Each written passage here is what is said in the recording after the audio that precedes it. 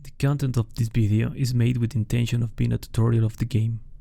Feel free to use any of these strategies using this video, but listen carefully before you can perform them successfully.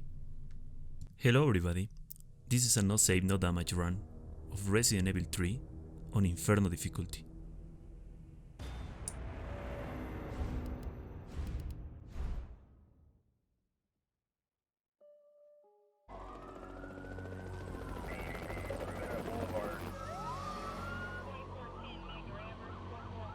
This pandemic has spread faster than any disease in modern history. Angry mobs roam the city, burning buildings. Authorities are bracing for more rioting tonight. He was knocked unconscious. He had severe A citywide emergency has been declared. The CDC has quarantined the lower Midwestern region of the U.S. Commitment, honesty, integrity, these are the core values that create the foundation for Umbrella.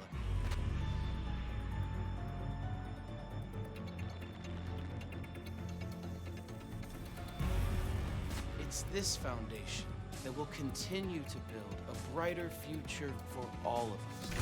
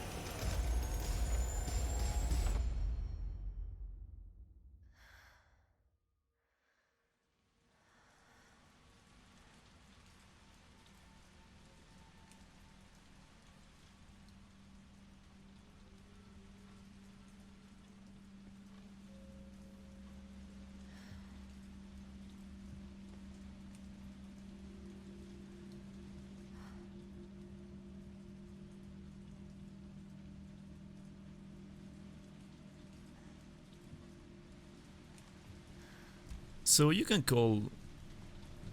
also call this a no-hit run of Resident Evil 3 on Inferno difficulty. No problem at all.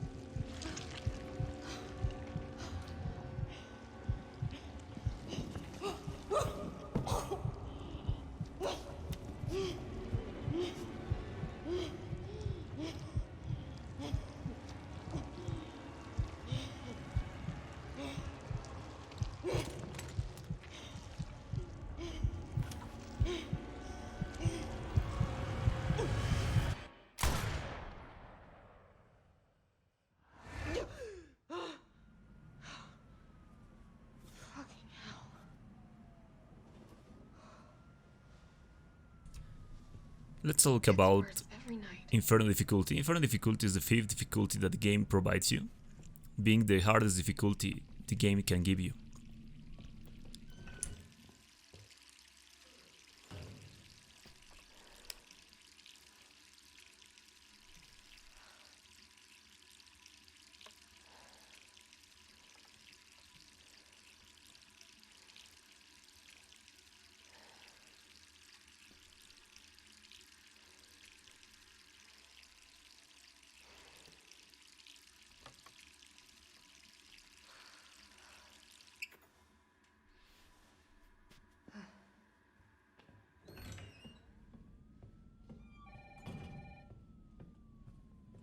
Who could that be?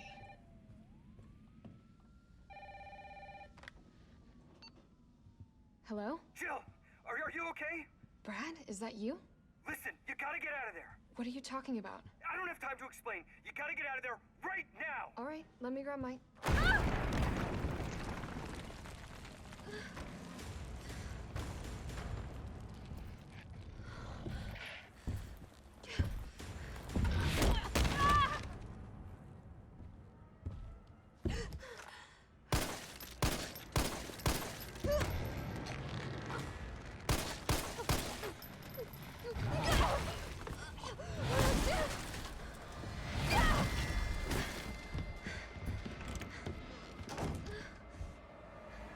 So, being the hardest difficulty of the game, let's talk about the DA. The DA is a difficulty adjustment, and it's since Resident Evil 4, if I'm not wrong.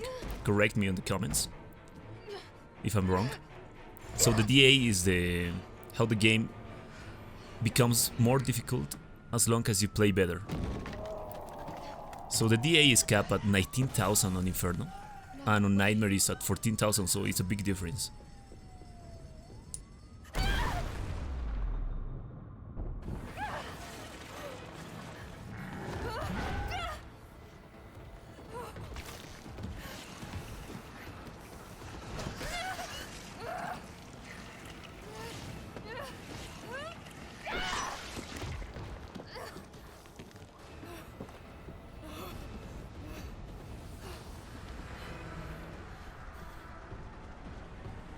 One thing important about the DA, or a highest DA, is that the enemies doesn't have more HP. Is that you make less damage. The damage that you are making on a high DA is really low, so it looks like the enemies have much more HP, but it's not like that. It's just that you make less damage. Also, on Inferno, the games provides you less ammo, a lot of less ammo, so it's a really big difference. So the ammo is the most important thing on this difficulty. The enemies are more aggressive too, and they are a little faster, but most of all is Nemesis. Nemesis is faster than on Nightmare or Hardcore. But there's one really good point about it, because Nemesis 4 is like always at the same speeds. So that's, for me, it's kinda easier than on Nightmare. What was that thing? Damned if I know. But right now it's got a hard on for the only 2 stars left in town. You and me. I'm not sticking around. Just look around you. The longer we wait, the more screwed we are.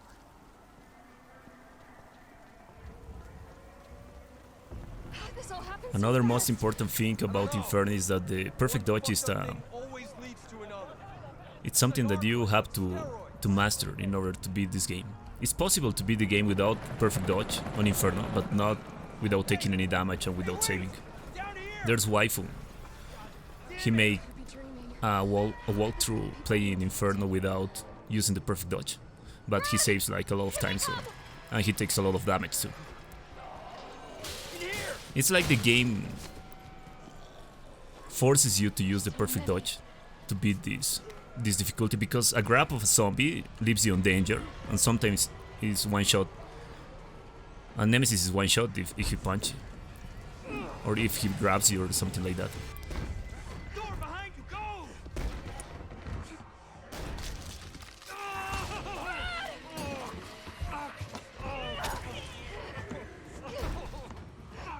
Don't think about it. We're gonna make a run for it. Come on, Jill. We know how this ends. No, I don't. Are we still a team? Always. Then do me a favor. Don't fuck up like I did. Go! It's a really difficult, really hard difficulty, but it's possible to make a no save no damage run on this difficulty. Sorry. It takes you a lot of time, and you have to learn almost everything of the game, but it's possible. And I will show you now. So with magic, Jill now has gloves. That's pretty interesting, right? So you pass through that garbage can, and you start pressing the dodge button 3 times, and you can cancel the animation of the panel falling down. Just pressing the tab button and the inventory button. That zombie sometimes he can quick turn after you perfect dodge. So the best way to avoid a quick turn of a zombie when you perfect dodge them is that you have to be in front of them, not on his sides. So he jumps directly to you and he cannot quick turn, because when you perfect dodge zombies on their sides, they sometimes quick turn after your perfect dodge and grabs you on your back, and it's kinda annoying. So that's the best way to avoid that. I was telling you that the ammo is the most annoying part too of this game, because there's a lot of less ammo. It's like the ammo is really there's much more less ammo than on Nightmare, so you have to really use it intelligently, if that's a word. So after this cutscene, that zombie on the left won't jump, but if you skip the cutscene, he 90% of the time will jump. So it's a good trick to just leave the cutscene and avoid the jump of the zombie on the left. But if you skip the cutscene, you can avoid the jump too, just quick turn and start running. Of course, avoiding to block your body on the floor, on that traffic thing that it's behind you. You know what I mean, that orange thing. I don't know how to call it.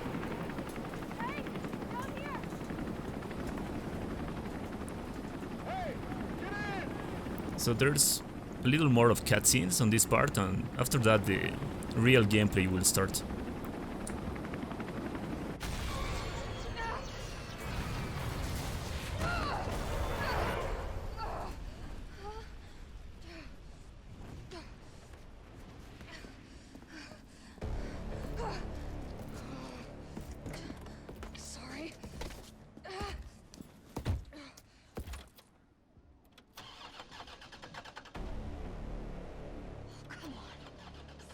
Damn it! It's my turn, bitch!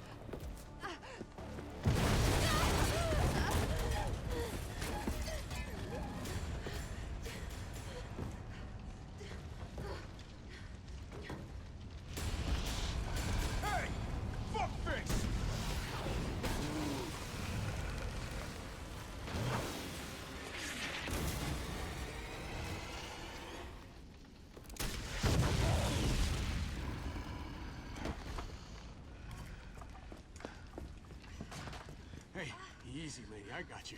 Who are you? What are you doing? Name's Carlos, and I'm saving you. Come on, let's get you someplace safe.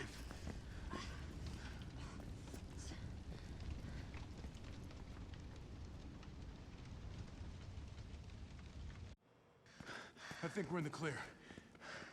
Hope so. We've been bringing survivors here. Here where? My guys have converted some subway cars into a shelter. It's safe. I'm fine. Personal space. Okay, I get it. Let's go. So the main difference about Nightmare and Inferno is DA, of course, the ammo, and the speed of the enemies. Hey, what do you know about that monster? And most important, Nemesis. That's the enemy that changes his speed a lot on Inferno than Nightmare. That's something that you have to keep in mind. No thanks. He's all yours. I'm sorry, and well, of course, that's about the DA. The DA lowers your damage, so yeah, that's the difference, right? If you know how the DA works, you're good too, on this difficulty with the 19,000 DA. There's one trick, or one strategy to reset the DA on Nemi 1. It's an speedrun strategy that I will use. But it has to be really... You have to perform it really, really well.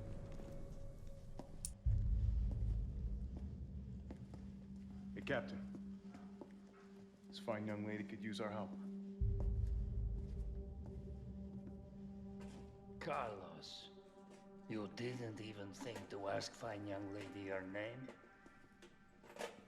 She is an elite operative of RPD, Special Tactics and Rescue Service.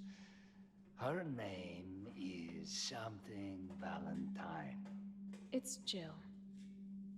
Nice to meet you, Jill. I am UBCS Platoon Leader Mikhail Victor. My team was sent here to rescue civilians. Right.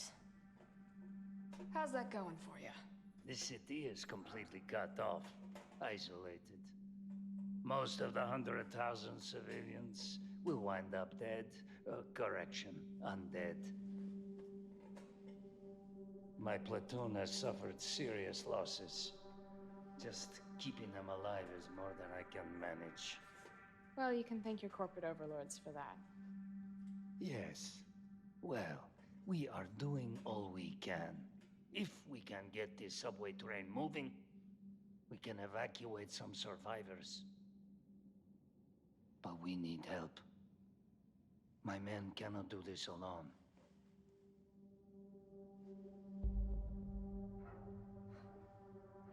All right. I'm in. But I am on their side, not yours. Oh, hey. It's cool. We all want the same thing. Thank you, Jill. All right, Super Cop. Here you go. We can use this to stay in contact. I know what a radio is. So let's fucking go. Here starts the real gameplay. I'm sorry. So I will use a trick or a strategy to force boxes drop me ammo and gunpowder, and it's a really simple trick. And on Inferno it's like mandatory because you don't have so much ammo like on Nightmare, as I told you before. And I'm sorry for repeating that over and over again, but it's a really important thing on this difficulty. Copy that. So I will grab herbs, and maybe you wonder why. It's not because I will use them to heal me. It's because that's the trick to force boxes drops you ammo and gunpowder, at least at the beginning of the game, on the first part. And it's a really good strategy. Because when you have a blue herb, a green herb with a red herb combined and a green herb alone, the boxes doesn't drop you more herbs. The boxes drops you gunpowder or ammo, but not all the boxes.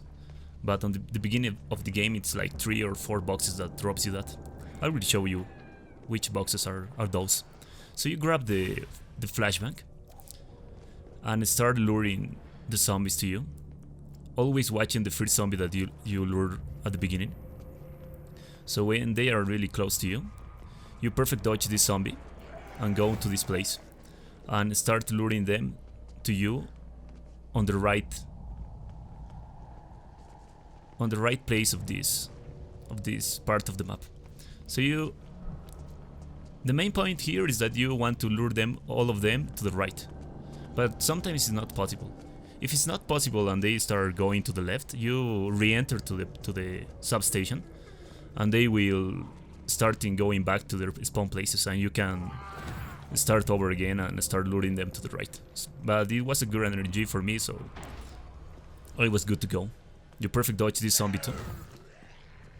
Because zombies movement is really weird. Sometimes they start moving to the other side or something. Sometimes it's just weird, man. I don't know how to explain it. I'm sorry, but it's just weird and annoying sometimes. But that's the main point on that part. You want to lure them to the right so you can avoid all of them and just perfect dodge 1, 2 or 3 zombies sometimes, but not more.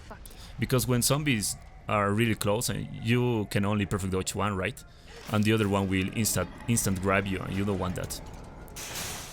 Sometimes it doesn't even give you a window to perfect dodge the second one.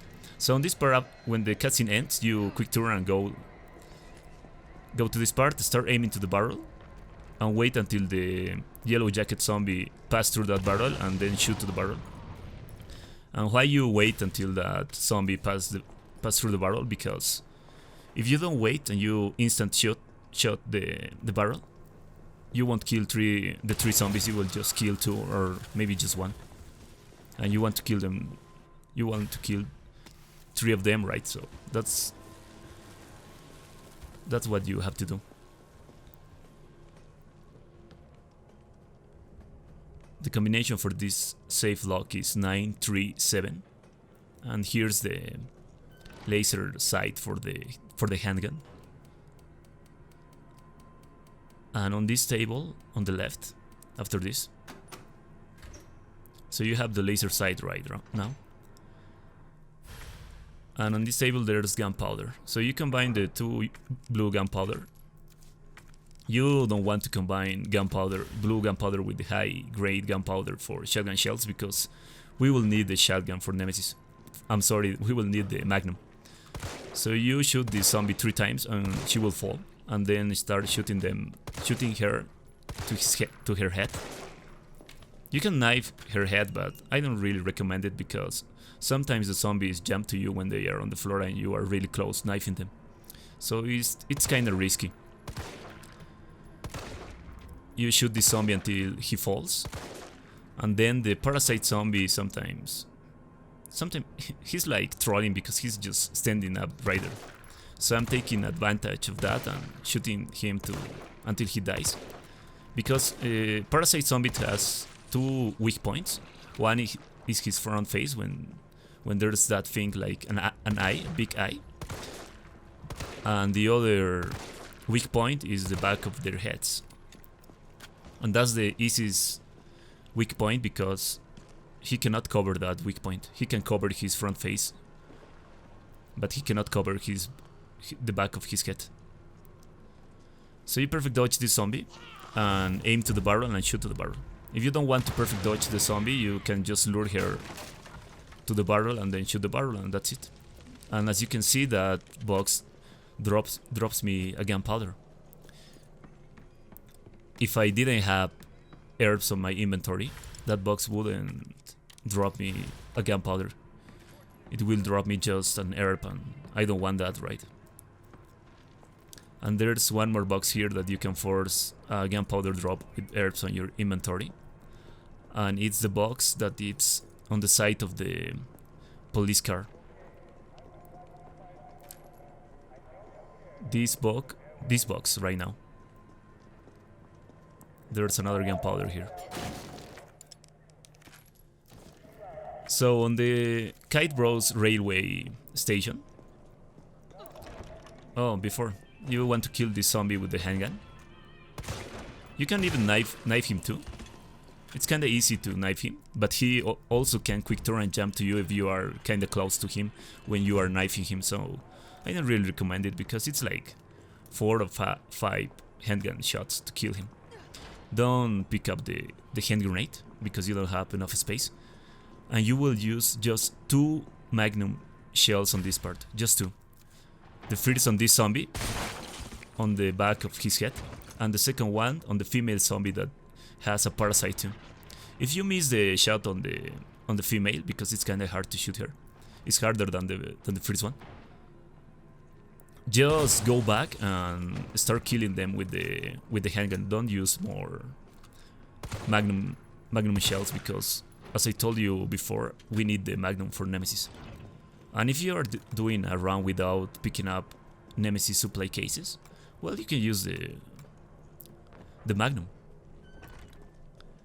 Because in order to kill Nemesis on a higher DA, you need 5 shotgun shells for each Nemesis supply case. So that's why I'm saving shotgun. I'm saving Magnum shells or Magnum bullets. And I will be making Magnum bullets with the high grade gunpowder. I'm not making shotgun shells with the high-grade gunpowder. Gotta put this out.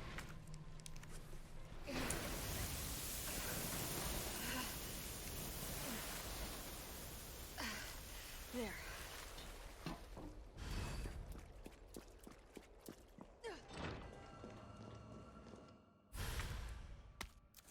So right now we will be picking up the shotgun, so we will go back to the Kite Bros railway. And it's because it's easier to deal with drain demons with the shotgun, and it's even easier to deal with the zombies that is on your way when Nemesis is chasing you after drain demons. So that's the main reason that why I'm going back to pick up the shotgun, and of course the high grade gunpowders, because I need them for the Nemesis fights. Well, it's not fights, it's like Nemesis chases and he drops you supply cases, right? Because when you will be watching the chapters on the description of the video, you will just see Nemi 1, Nemi 2, Nemi 3 and Nemi 4. That's because I'm just counting Nemi fights when it's a boss fight, when you really have to fight with him. Because when Nemesis is chasing you and you are able to pick up Nemesis supply cases when you defeat him, it's not a mandatory fight. So it's not like you have to fight him. You can just run away from him. So for this zombie, you stand up on the door and start shooting him. He cannot come to you because he's like stuck on his spawn place, and it's like you are not in the room. And you finish killing him when he's on the floor.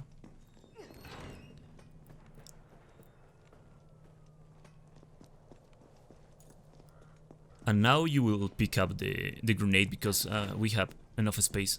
And I'm sorry for not explaining you which items I saved in the item box. But you were able to see it. I know you were able.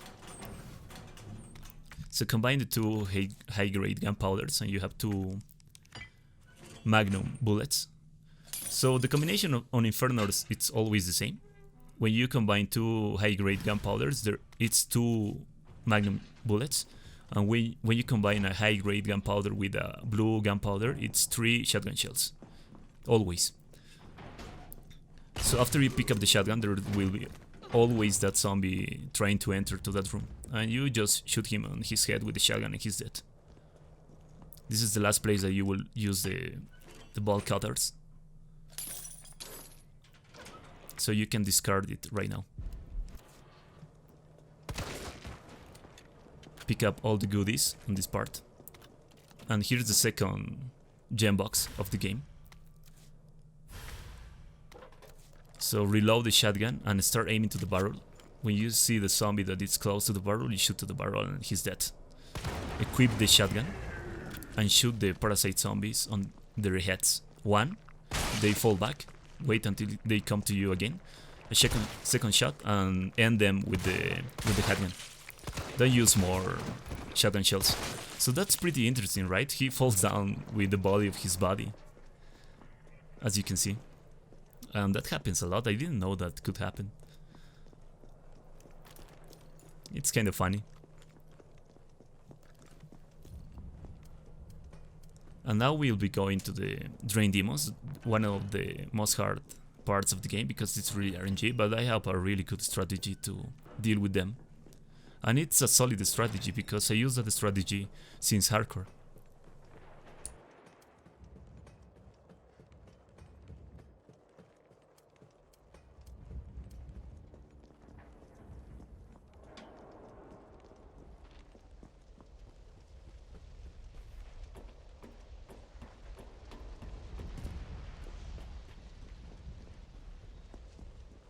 Oh, I forgot.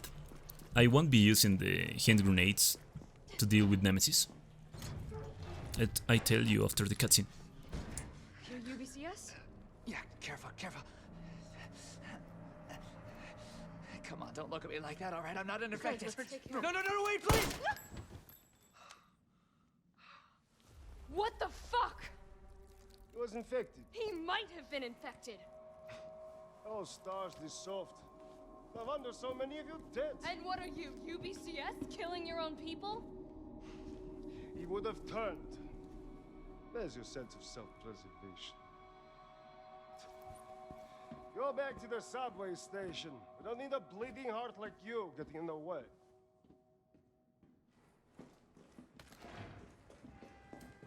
So as I was telling you, I will be using grenades just for the last Nemesis Supply Case and for Nemi 1 boss fight. Just for those places. This part, stand up right there and start aiming to the generator. When the dog passes through, you shoot to the generator and start knifing the dog on his head. He dies and then shoot to the second dog on the floor until he dies.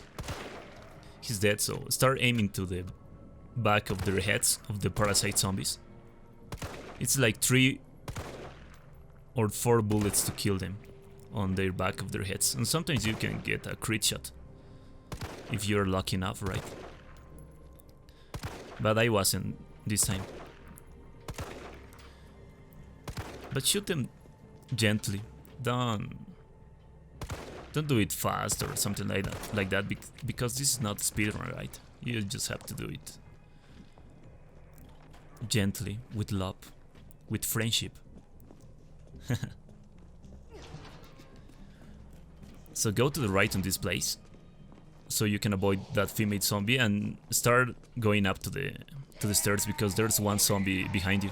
Perfect dodge that zombie. Sometimes he can quick turn and try to grab you after the perfect dodge, but it's like that almost never happened. So save everything. You just need the shotgun, the handgun bullets, and the herbs, because there's one more box that you can manipulate the drop of this box, and it will drop you handgun ammo.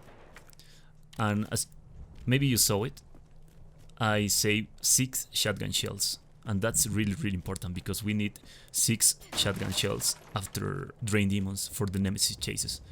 Because there's some zombies we have to deal with.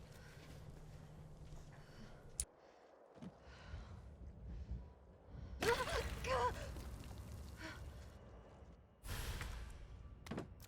my god.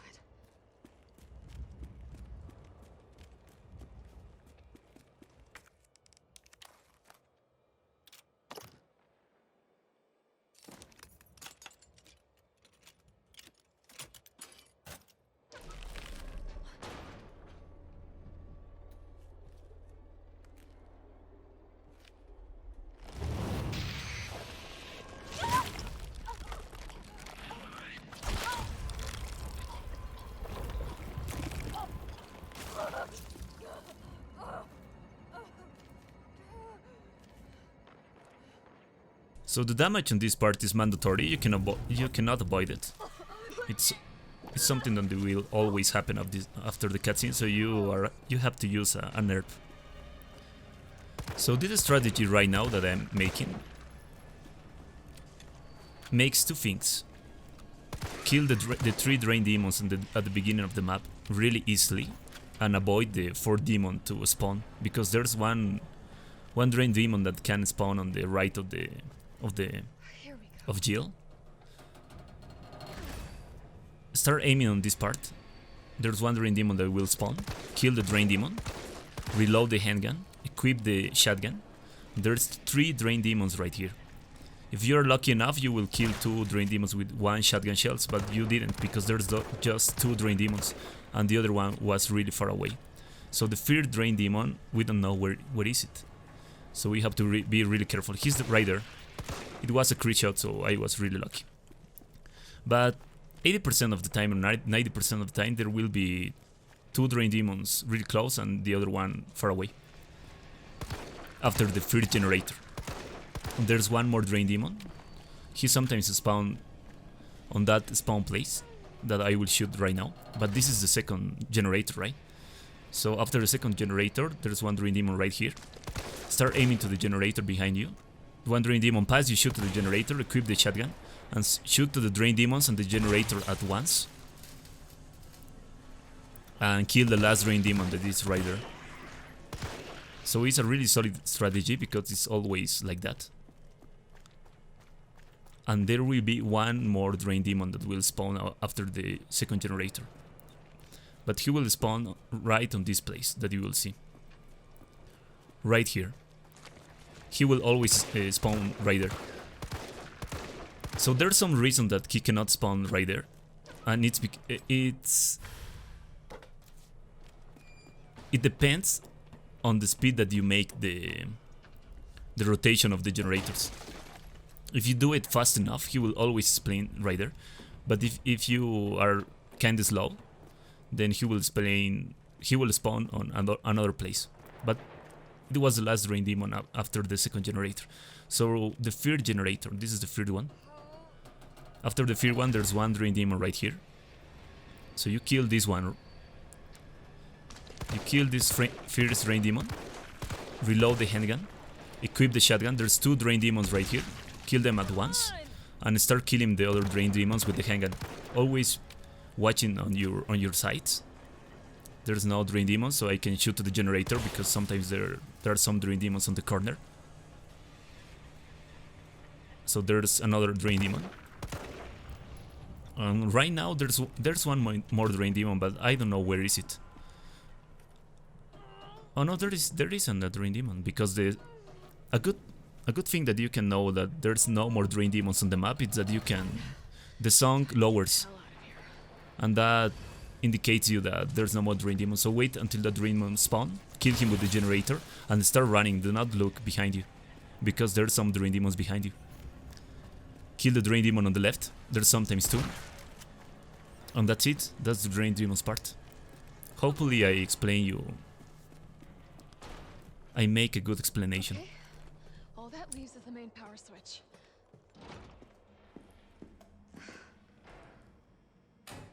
Enjoy that.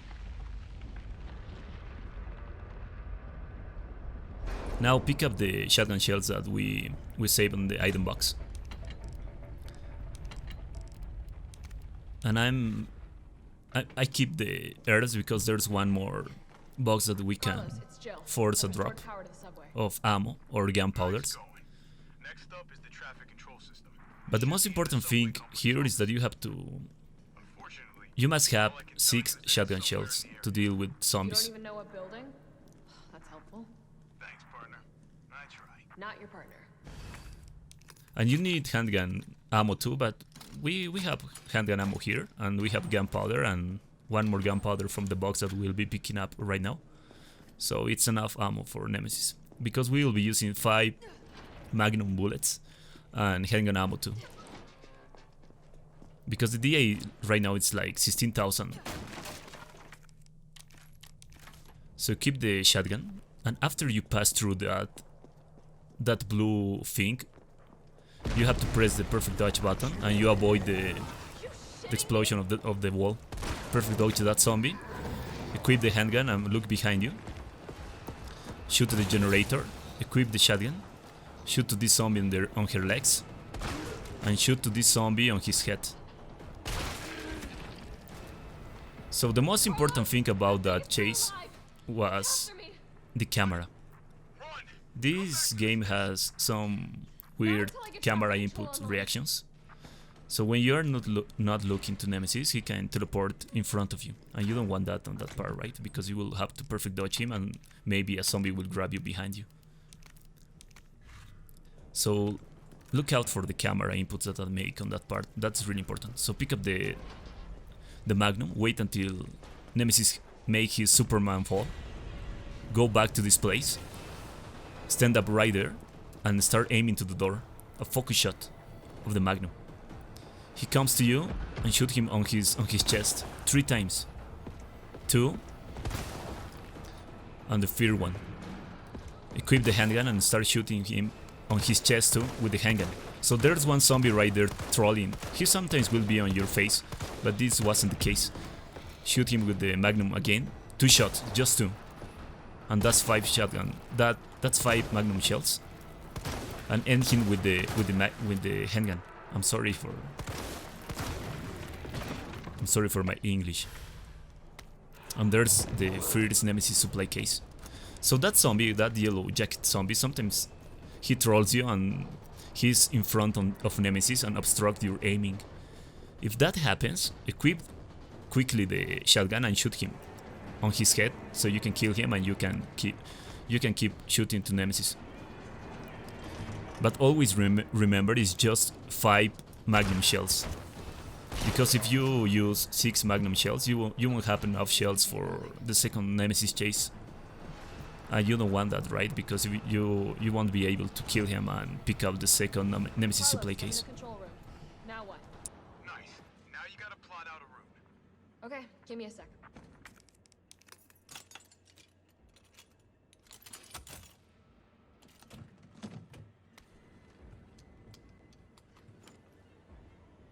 So the combination for this puzzle is FA, RA, SA, and on the numbers are 02, 03, 02. Hey, I'm Super Cop. Consider it done. Valid route confirmed. Carlos, it's me. I finished inputting the subway route. Chill, you are amazing. Tough as nails, too.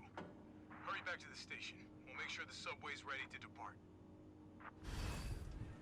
Okay, so right now equip the shotgun and shoot to this parasite zombie on his head. You can shoot him on his leg too if you want.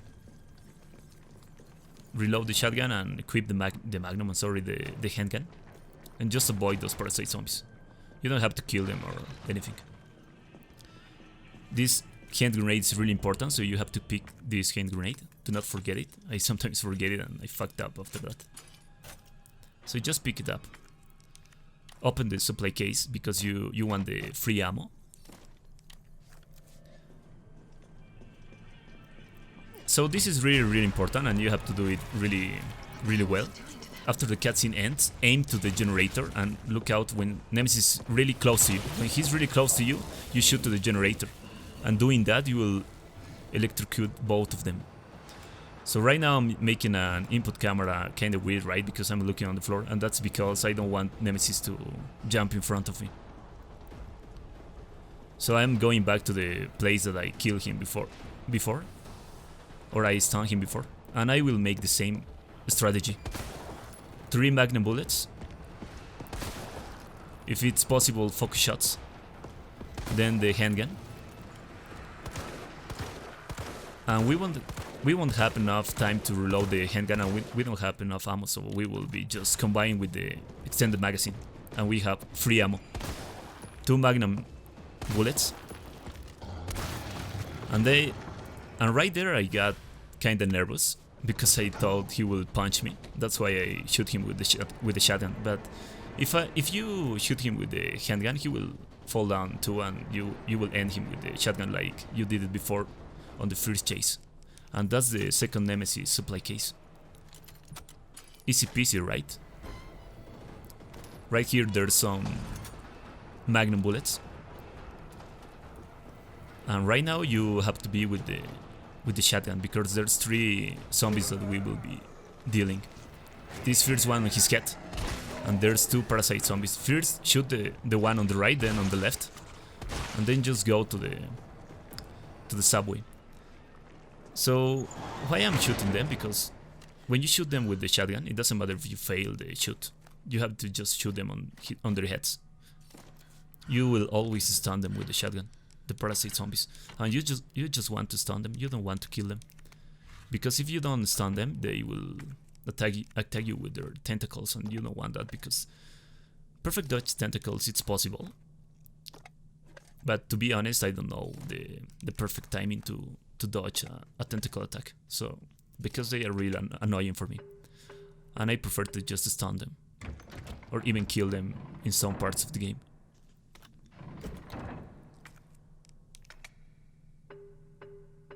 And don't worry about the shotgun ammo. We don't have ammo right now, right? But we won't be using ammo on Hunter Gamma.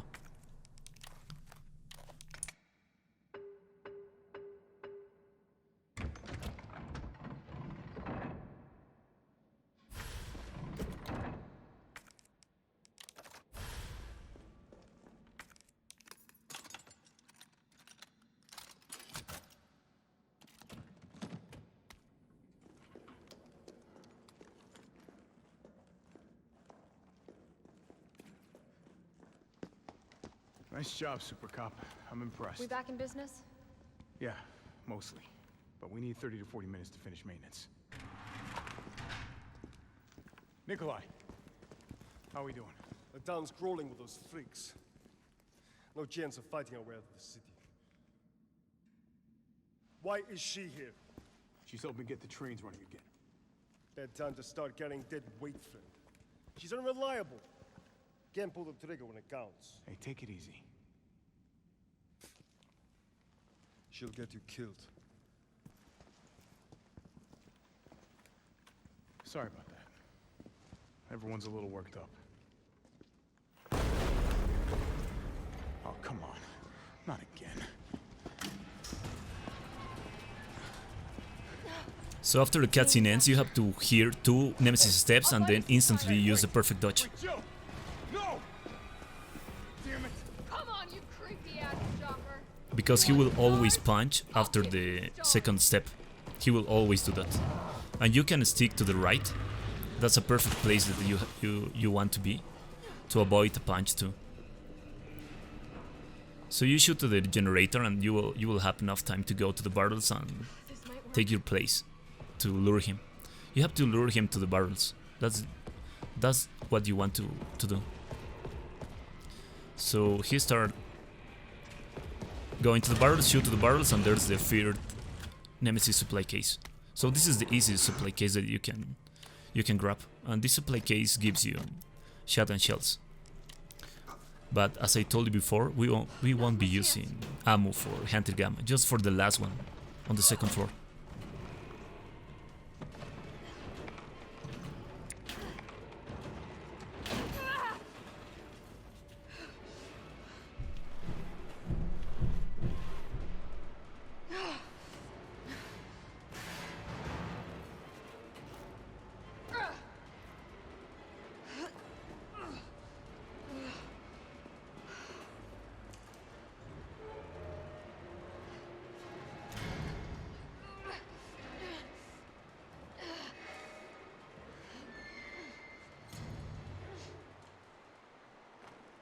Carlos, do you copy?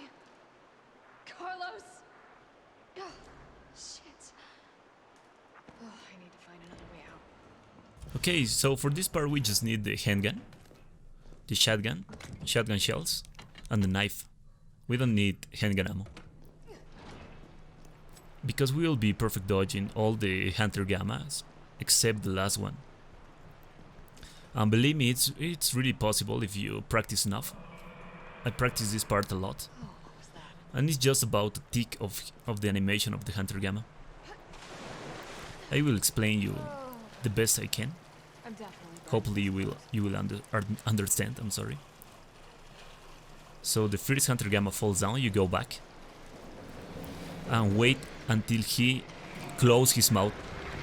He closes his mouth and he wants to open it again. And that's the point that you have to perfect dodge.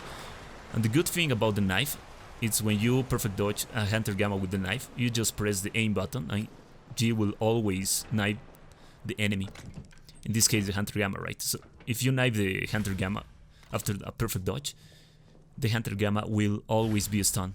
And that's really good because if you don't stun a Hunter Gamma after a perfect dodge, he can jump backwards and he can kill you with that.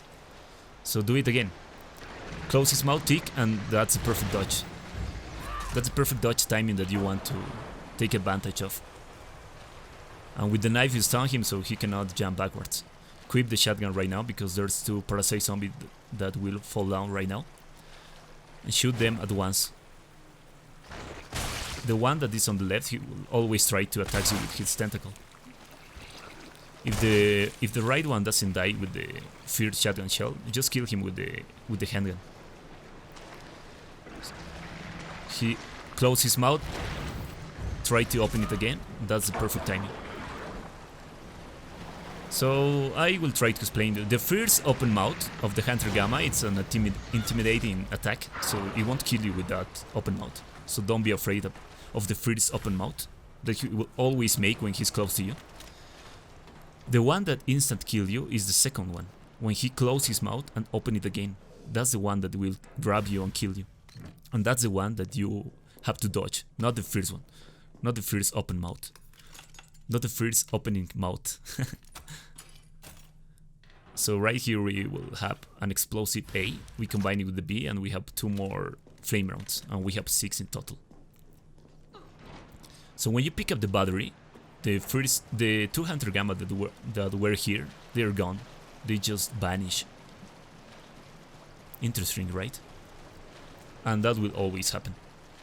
In this box there's always a gunpowder on Inferno, and there's shotgun shells. So we want to avoid 3 more Hunter Gamma. The first one is right here. He falls down and you go back until this place where is water falling down. This is stinky water. Opens his mouth, closes his mouth, the tick for the perfect dodge, and knife him on his back. Knife him on his ass, man. So this one you want to lure him right here because you want enough space for the last one on this part. And why I'm lure this Hunter Gamma, because I want enough space and enough time to perfect dodge this one. Because if you don't lure that one that I lured before, he can grab you on your back when you are perfect dodging the other Hunter Gamma, and you don't want that, right? So that's why I lured that Hunter Gamma to that place, because that gives me enough time and enough space. Right now we will be killing this Hunter Gamma, so this is really easy. It's like a nightmare, almost.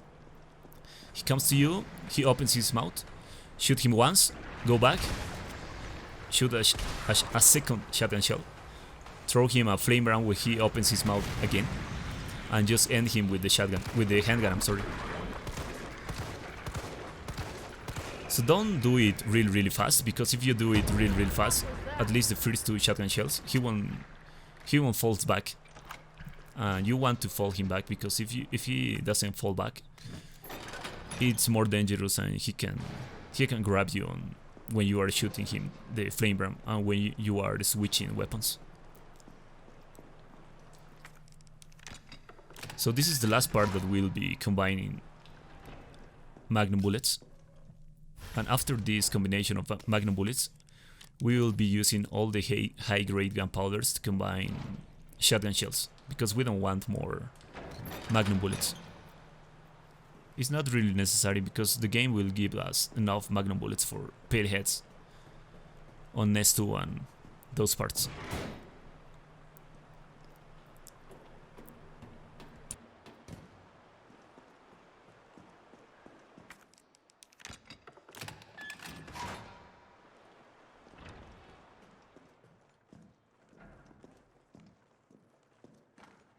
Carlos, can you hear me now?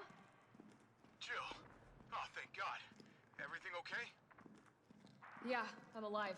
I lost him. Great. The subway's ready to go. We'll leave as soon as you make it back.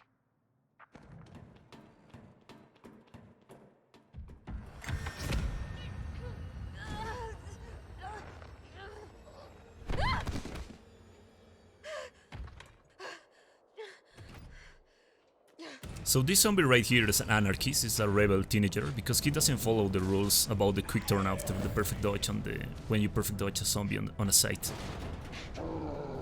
As you can see, you perfect dodge him when you are on his side, and he didn't quick turn to you.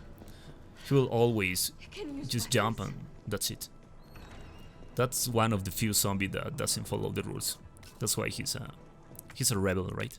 So this strategy right now that I make, maybe you didn't see it because I did it really fast. It's an animation cancellation for the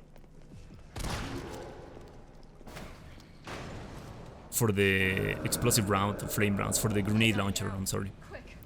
What you have to do is press the switch grenade button. On my case is E. So when you press E and you are switching grenades on the grenade launcher, you instantly switch to another weapon, doesn't matter what weapon, and then you go back to the grenade launcher and the grenades are already changed. It's a really good strategy because it saves you a lot of time. And remember always that when you are reloading or switching ammo, in this case the grenade launcher, you cannot perfect dodge. And sometimes when you are fighting a Nemesis in some parts, he doesn't give you enough time to do that, and he will attack you because you are switching weapons or you are reloading. So that cancellation of the animation is a really good tool.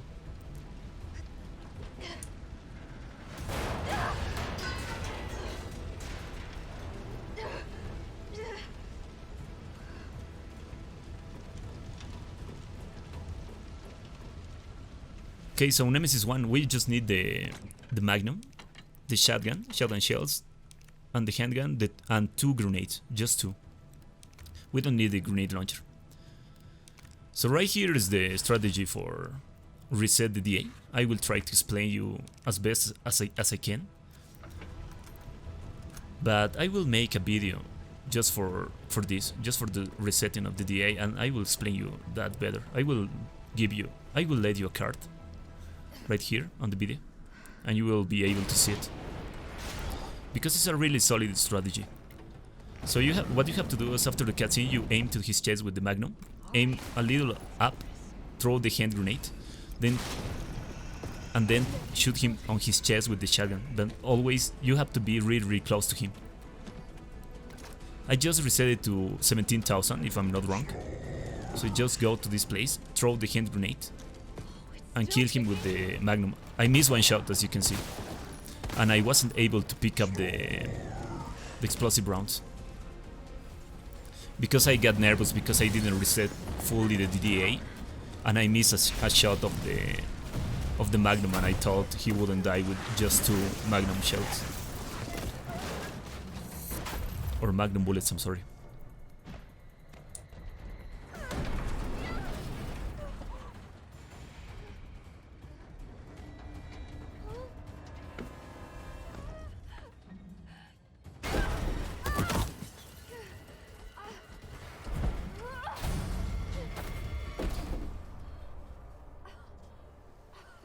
So the main strategy in order to reset the DA on Nemesis 1 is that you have to shoot on his chest with the Magnum, then instantly throw a grenade, and then being really close to him and shoot him on his chest with the shotgun. Carlos, and the part that the DA resets, and it's when the fuel tank on his back explodes. That's when the DA resets. But you have to do it in a perfect timing, and a perfect timing is most than everything. The timing, that it has to be perfect in order to fully reset the DA. So we bring the handgun for this part, and we combine it with the 2 upgrades that Nemesis give us with the supply cases. So just kill the parasite zombie that it's crawling right there.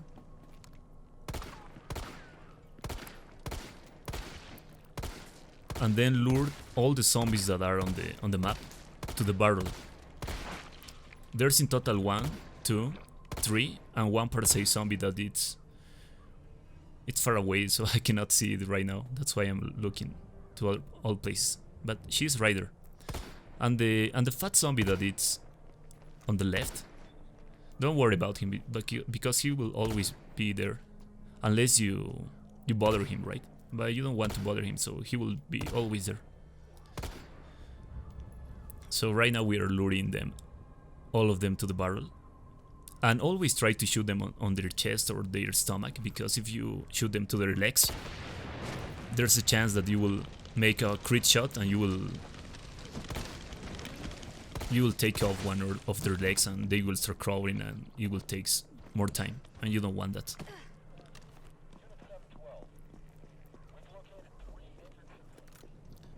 Right here there's a high-grade gunpowder, and there's 1 more parasite zombie that we'll be dealing before Kendo. But it's kinda simple to deal with this parasite zombie. So the DA, it's still high. So the 4th Nemesis supply case, it will be kinda annoying, or kinda hard. But that's why I pick up, or I save 4 hand grenades. Because when you fully reset the DA on Nemesis 1, when you arrive to Rocket Launcher Nemesis and you want to pick up the last Nemesis Supply Case, he will just take 3 hand grenades. But right now the DA is high, so he will take 4 hand grenades. That's why I saved the 4 hand grenades until this point. And of course the flashbang. Sorry, I got a little jumpy there. Didn't know quite what to expect. No shit. Look, we're using the subway to get people out of town. You in? Subway. Well, that's good thinking. When we get out, there's gonna be a lot to do. We could use a man of your skill set. What's wrong? Nothing. Just bad timing is all. Yeah. Look, don't worry about me. I'm gonna make other arrangements, okay? You better. You're the best gunsmith around. Oh no. Don't do anything stupid. Oh, that's your job, right? Take care, Jill. So as I told you, I saved the flashbang for this part. So we need the flashbang, all the hand grenades that are 4, the shotgun, all the shotgun shells, the handgun. It doesn't matter.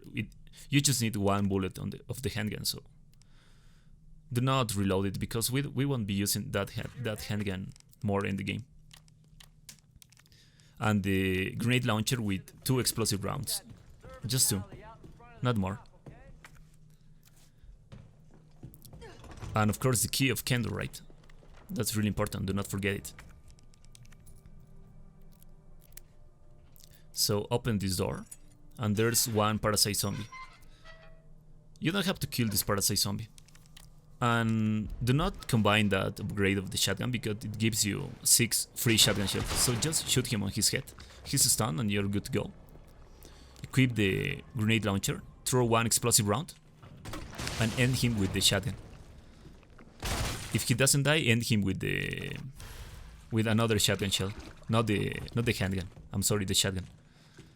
Because we need 1 shotgun, 1 handgun for Rocket Launcher Nemesis. I'm sorry, I cannot English right now. I'm like always confusing the shotgun with the handgun or the grenade launcher or the magnum shells. I'm sorry. So enter to this part with the flashbang equip. And of course reload the grenade launcher with the explosive rounds that you find on that box.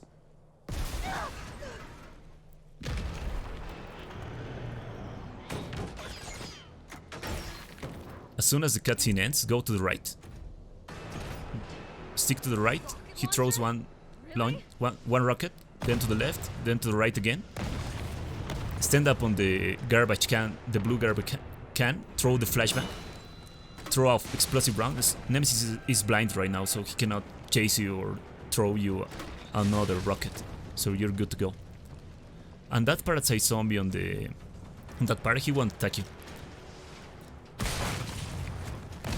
And I'm sorry I didn't explain you that part. So what you have to do on that part, on the last part, is that you have to wait until the laser goes red and then stick to the left until the rocket arrives. When the rocket arrives, then you go to the... I'm sorry, you have to stick to the right until the rocket arrives. Then you go to the left and you avoid it really easily, the rockets on the last part. So on this part, just press the space button when the laser is red. Really simple, really easy. It's a really good and a solid strategy for Rocket Launcher Nemesis.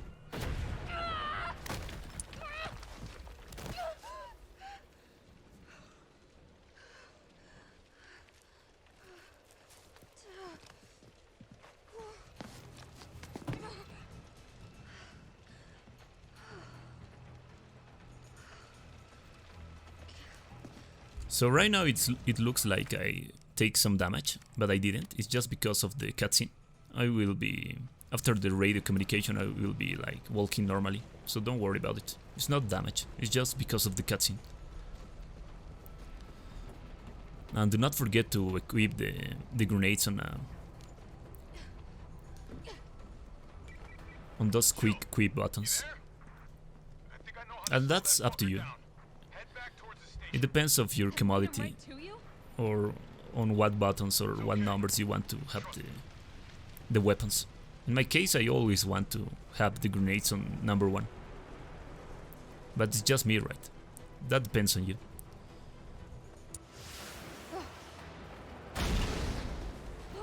quick turn and start going back. And go to this part, to this right place. Stand up right there until the big head stop rolling. So the big head stop rolling. Go to there and then go back. Nemesis makes his Superman fall. Aim to the generator. He makes 2 steps and then you shoot to the generator. Take some space and throw him the four hand grenades consecutively. Do not waste time. Because if you don't throw it consecutively, you will give Nemesis enough time to shoot you a rocket launch. A rocket, I'm sorry, and you don't have enough space to perfect dodge that, right? Well, you have enough space to perfect dodge, but it's really hard because the rocket is really fast. But always remember to take some space between you and Nemesis because the explosion of a hand grenade can stun you. It won't make you damage, but it will stun you and won't let you to throw them consecutively.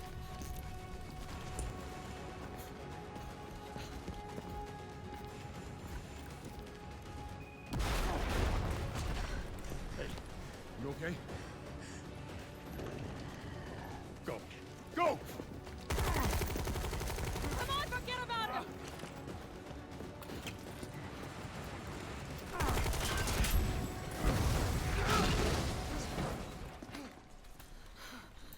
Come on. Let's get out of here.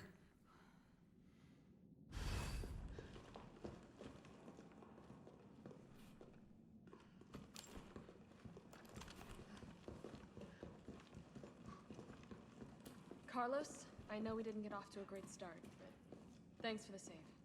Hey, you saved my ass first. You're a hell of a lot braver than me. Well, what matters is that we can get everyone out of the city now. Yeah. Hey, you'll be safe.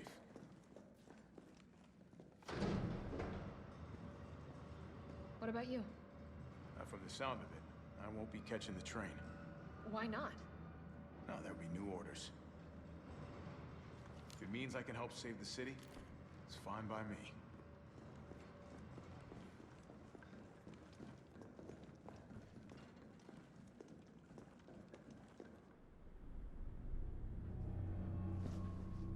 Good work. Your reputation is well deserved. Get inside. The subway's about to leave.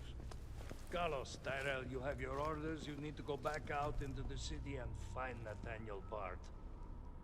This isn't the last ride out of town, right? Do not worry. Once the civilians are safe, the train will be back. It's all right. You're going ahead. I'm not gonna die on you, leave you in a cold, cruel, Carlosless world. Okay. You'll need to find this scientist. His vaccine research could save us all. You see? You're learning. The only life that matters is your own. Good luck. Let's go.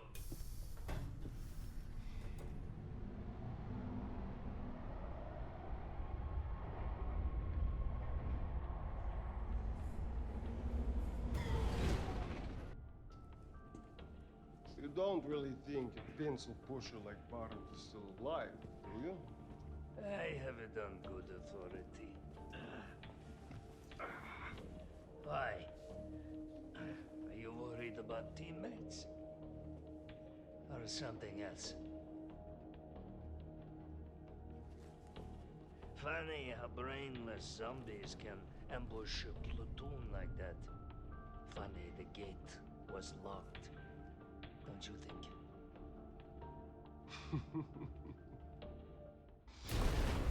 What was that?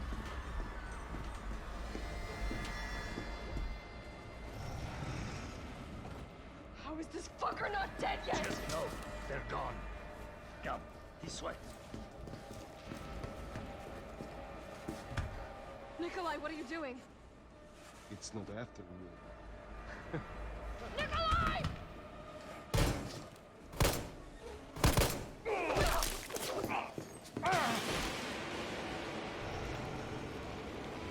Get off my train, shitbird!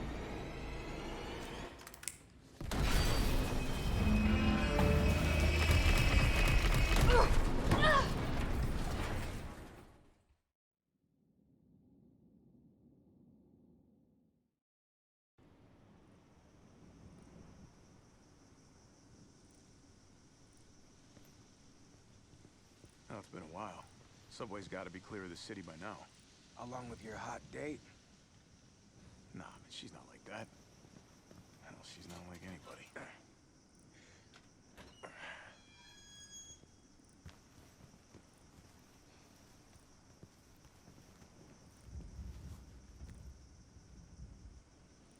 Okay, Carlitos Alvarez.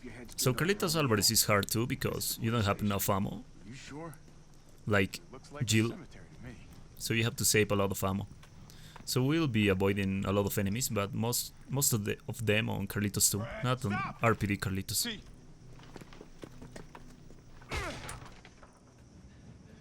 Come on, man. Not you too. Sorry. Sorry.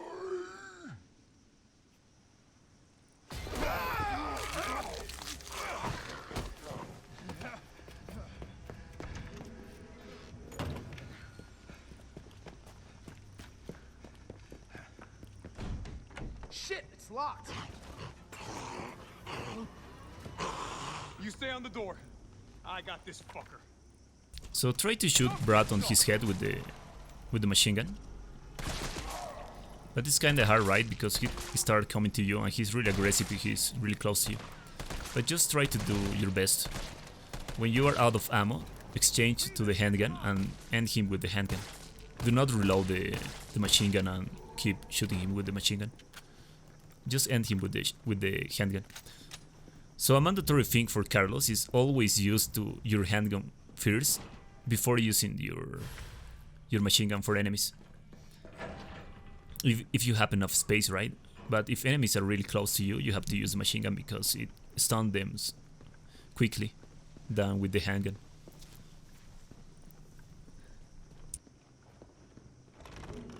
Where'd that cop go? Don't know, don't care. We got a job to do. If our intel's still worth a damn, then Bard's in the STARS office. Let's find him and take him into custody. Custody? I thought this was a rescue. Carlos, take a look at this. I've located the STARS office. Remember, Bard had access to Umbrella's darkest secrets. He knows we'll try to keep him under our thumbs. So this search and rescue mission is really more like find and detain. Right. Good to know.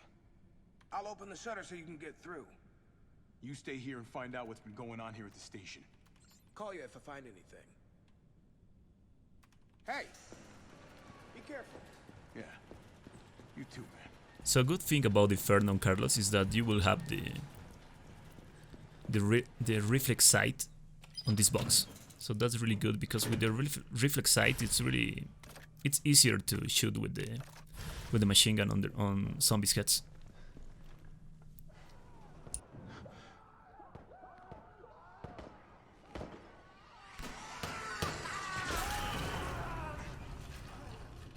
What the hell was that thing? With the metal slug heavy machine gun. Couldn't have been a zombie. Okay, so on this part, you stick on your left, on your right, and then shoot to the zombie in their legs. He stuns and you're good to go, reload the machine gun.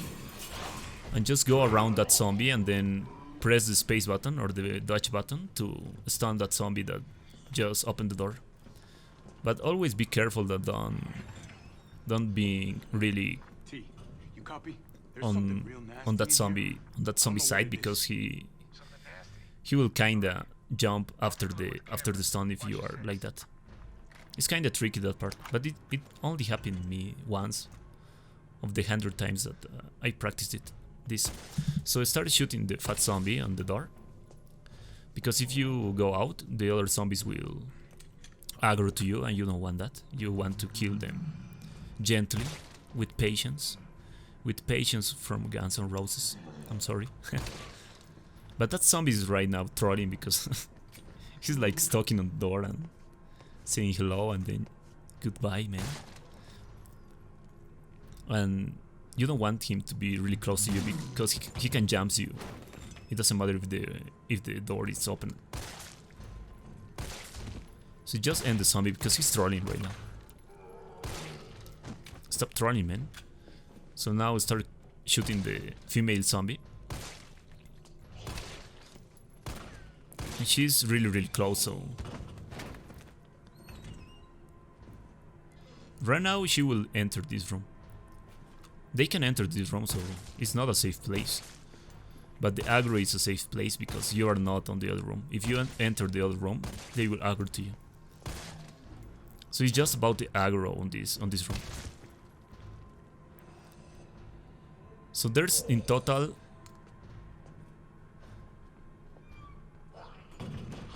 8 zombies on that room and 1 more on the corner, but the one on the corner won't aggro until you go to him.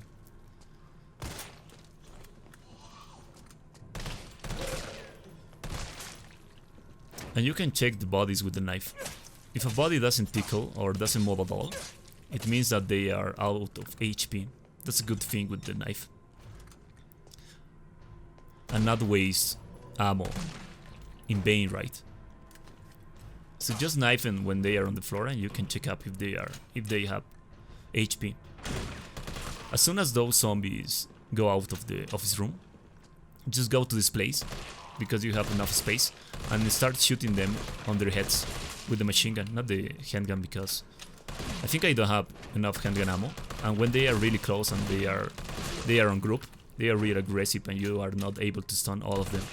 So with the machine gun you are able to stun them quickly than with the handgun.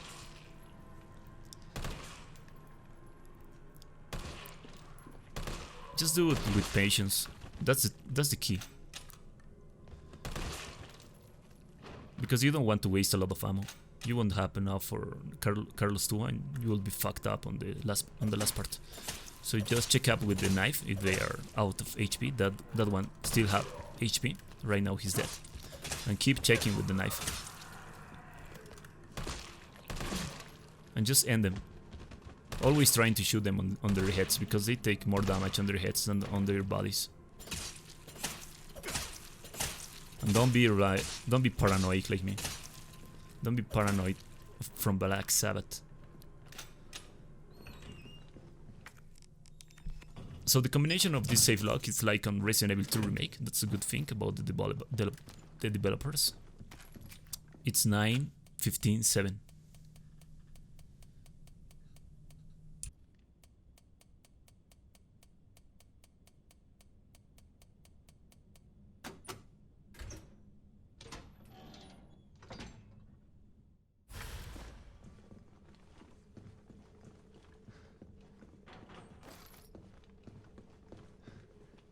So this is the last zombie I told you about.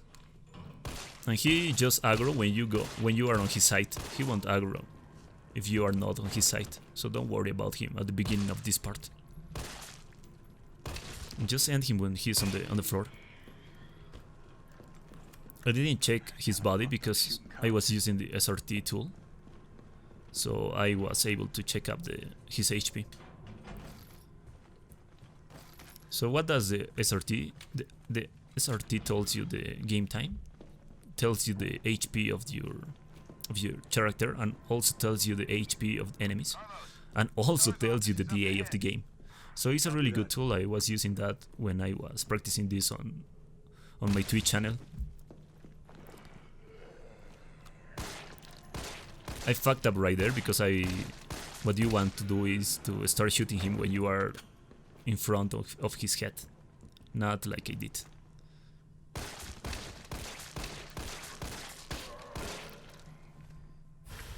So you can force the drop of this box too with herbs, but I forget it completely.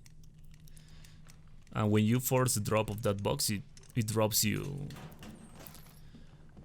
ammunition for the rifle or for the heavy machine gun. So on the last stair, do not go running because there's 2 leakers. So right here, start walking, not running, and stick to your right. Because as you can see, there's 1 leaker right there. So just stick on your right and open the door as soon as you can.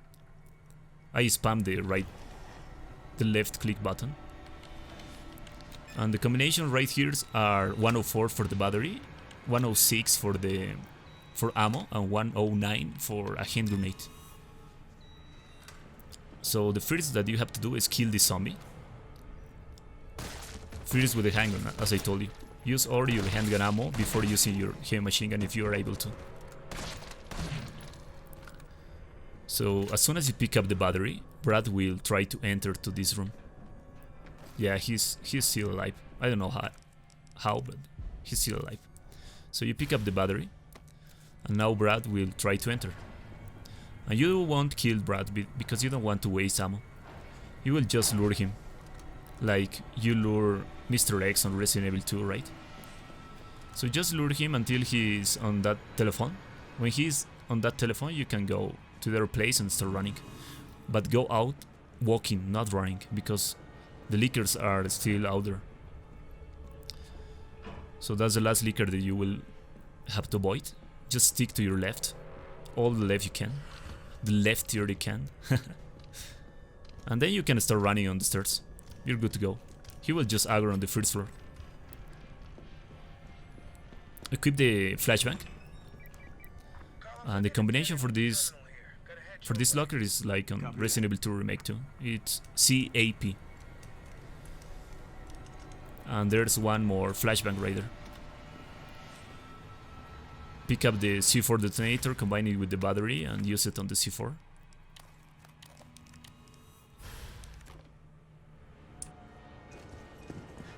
Move.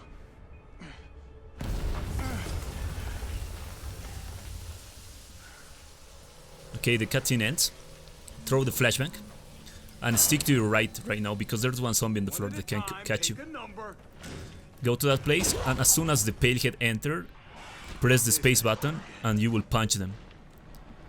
And for that leaker, you just have to stick to your left on those seats. I don't know how to say that word. But you have to stick to your left for the leaker, and he won't attack you. He will try to attack you, but he won't be able to. And there's parasite zombies. But if you enter fast enough to the STARS office, they won't attack you, or they won't be able to attack you. Just tell me where you are. I'm trapped in a goddamn hospital, surrounded by every kind of abomination. Look, just send in STARS. They're gonna know what to do. No, negative. RPD's overrun too. Then figure it out. Umbrella's gone crazy. They're killing all the researchers. I am the only one who knows how to make the vaccine to stop the zombies. So you can either sit there with your dick in your hand or send somebody who's capable of getting me the hell out of here. I like him already. Yeah, you would. You heard what he said. We can't turn him over to the company. That's not our call to make. That's Mikhail's call. I'm gonna check the computer, see if I can trace the doc's location.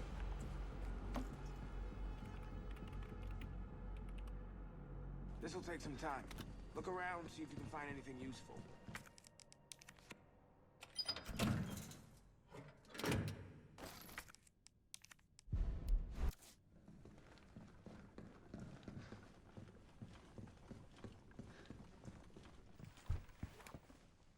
Yeah, what's up?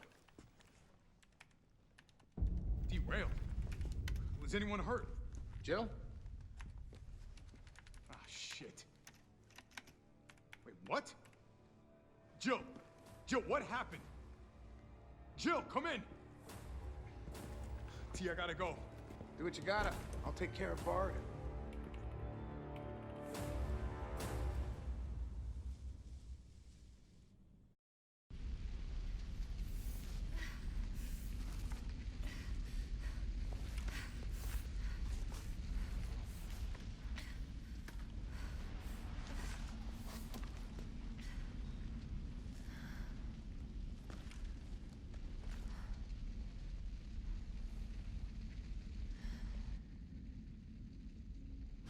And we are back with Jill, Pretty Lady Valentine. Am I the only one who made it? So there's one thing you will do with Jill, it's just Nemesis 2 boss battle. And then you will go back with Carlos. So for Nemesis 2 battle, it will be easier because we pick up the last Nemesis Supply Cases, and that give us 6 flame rounds. With flame rounds, it's a lot easier than without them. Damn it, I guess I'm out of range. So pick up the mines. save the explosive rounds and pick up all the flame rounds that you have. And that's all you need. You just need the handgun, the flame rounds, the grenade launcher, the shotgun shells, and mines.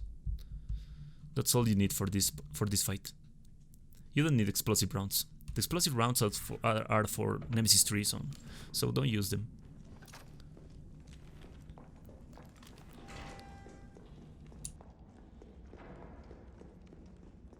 Right now the zombie on the right can catch you, so try to be far away from him. Use the perfect dodge button and you're good to go on the ladder.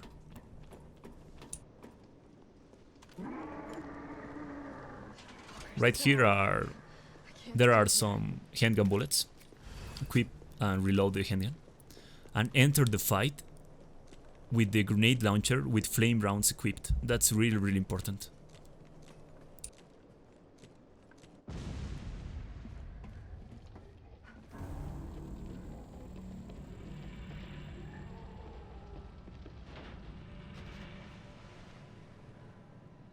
Bitch can't even swim. Carlos, respond. Yeah, what's up? We didn't make it. The train derailed. Derailed? Was anyone hurt? No, everybody's dead. Mikhail, everybody. Ah, shit. Nikolai left us to die. Wait, what? What the fuck? It's back! Chill. Chill, what happened? Chill, come in.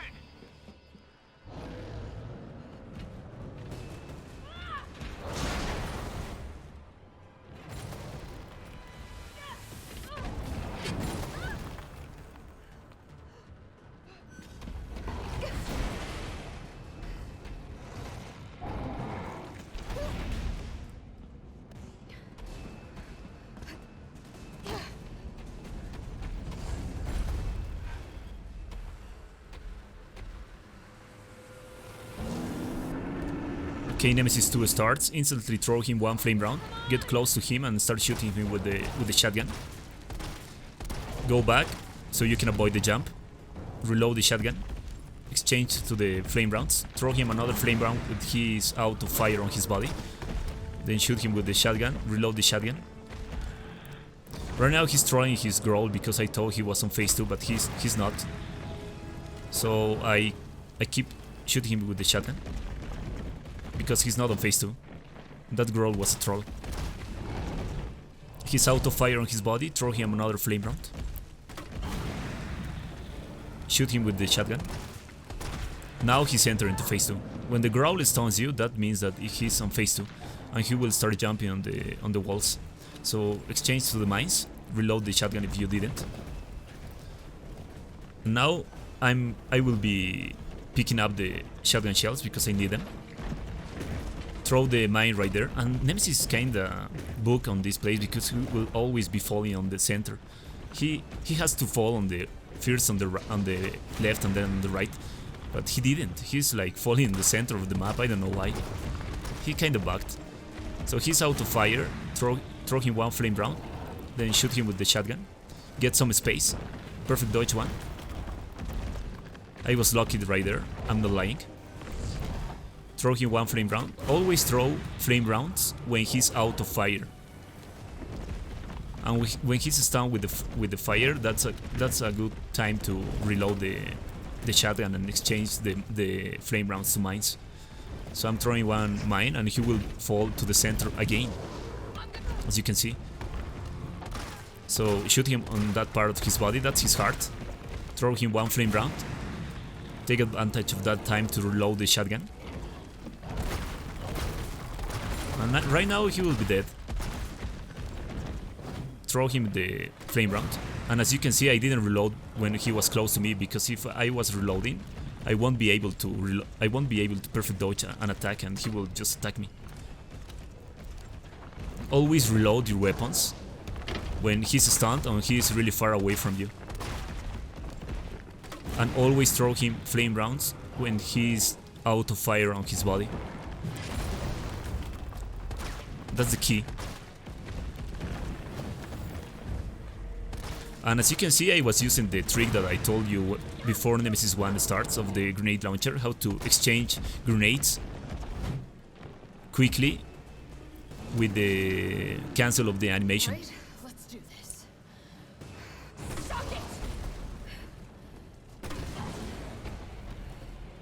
And that's Nemesis 2.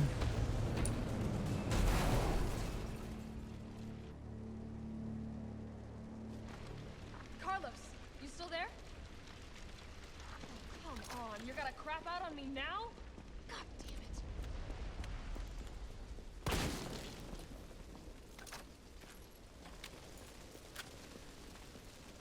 So the two keys on Nemesis boss fights, most on Nemesis 2, on Nemesis 3 and Nemesis 4, is that you don't have to reload or exchange weapon or switch grenades when Nemesis is really close to you and when he's not stunned. Because when you are reloading a weapon, you are not able to press the perfect dodge button.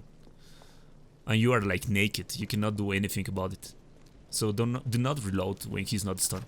And about the fire, you always have to throw a flame round on his body when he's out of fire on his body. Do not throw flame rounds consecutively, because there's two things. You want to stun him, and he will not take the full damage of the flame round. It's like you are wasting flame rounds if you throw them consecutively.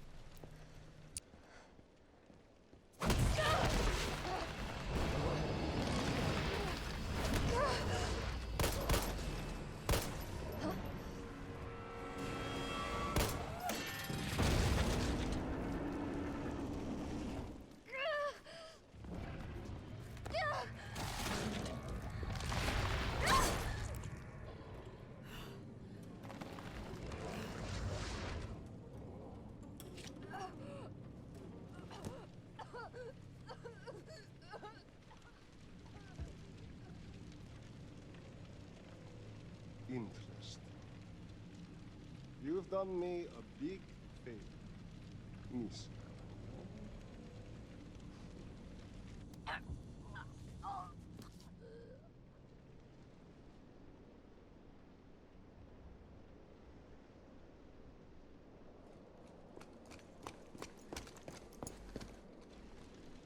Jill!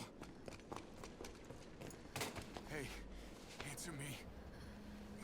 God damn it. Tyrell, do you copy? What's going on? Jill's been infected. I'm taking her to the hospital. Maybe Dr. Bard can save her. All right, I'll meet you there.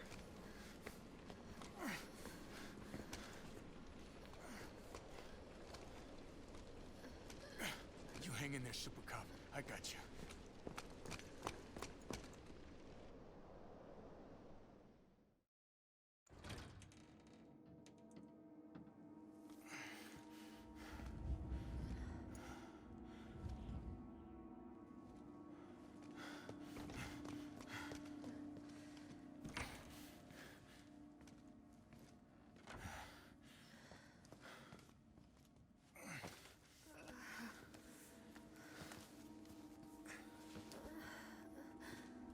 Fight it, Jill.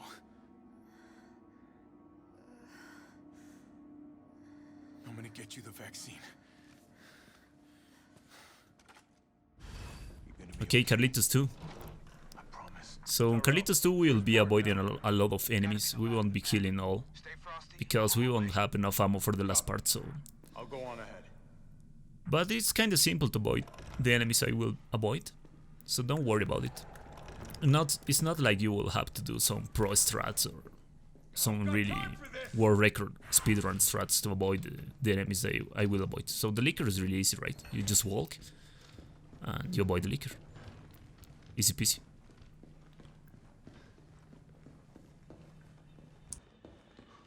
Welcome to the office of Dr. Nathaniel Bard. Please state your business clearly into the intercom. So this part is another zero aggro place. So zombies won't aggro to you if you stand up on the door. So just kill them patiently until they fall down, or shoot them patiently until they fall down. With lob. Always with lob, that's the key. Lob is the key. in everything. Then the female zombies, she kinda trolls, so just shoot him until she feign dead, because she's not dead right now. And take advantage of the sight that you have for the zombies, that you can shoot them on their heads. Right now he's dead, but I'm keep shooting him because I'm an idiot. Because I have the SRT, I can watch the HP, and I'm an asshole. I'm an ape. I'm an abonobo. So okay, we'll knife her, I think. Nah, I'm not knifing. So that zombie on that thing, on that hospital thing, I don't know how to call that. He will always take 8 shots on her head to die. 8, man. Because it's Inferno. And they don't give a fuck.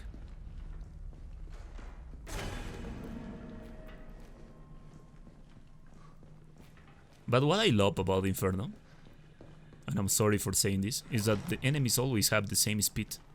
And that's a good thing in order to avoid them or in order to perfect dodge them. Because in other difficulties, like on hardcore most of all, they change their velocity when the DA is higher or not, and on Nightmare too, and that's kind of annoying. But on a 19,000 DA Inferno, it's always the same speed because it's capped, right?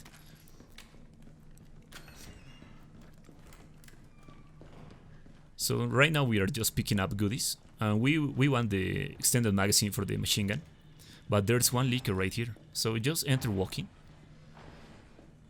And you don't have to lure him or anything about. Just go straight to the safe lock. And the combination is 9-3. 9-3. You pick up the extended magazine, but do not combine it right now. You will combine it in order to make some free ammo and in order to not reload when you are fighting a hunter after in the game. So go out walking and that's it. Go at the end of this hallway, pick up the heavy machine gun ammo, fall down for this window, and you will be picking up a grip for the machine gun. And this ammo you can combine it right now because it doesn't give you ammo or anything. It just gives you more precise aiming on your weapon. So after you pick up the key, there will be one hunter on the second floor, and he will instantly start chasing you after you enter the second room. Not this door.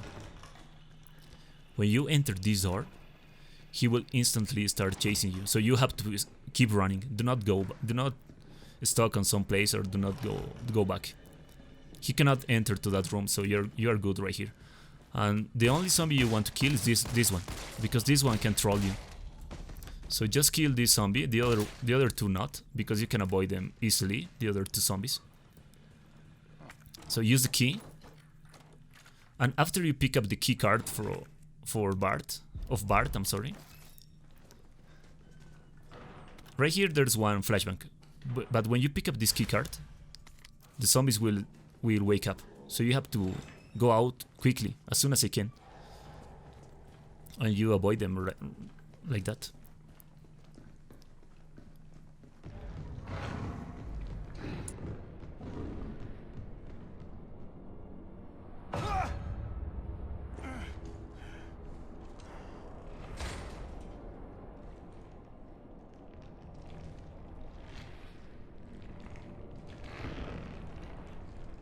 So as soon as the cutscene ends, move your camera to the roof,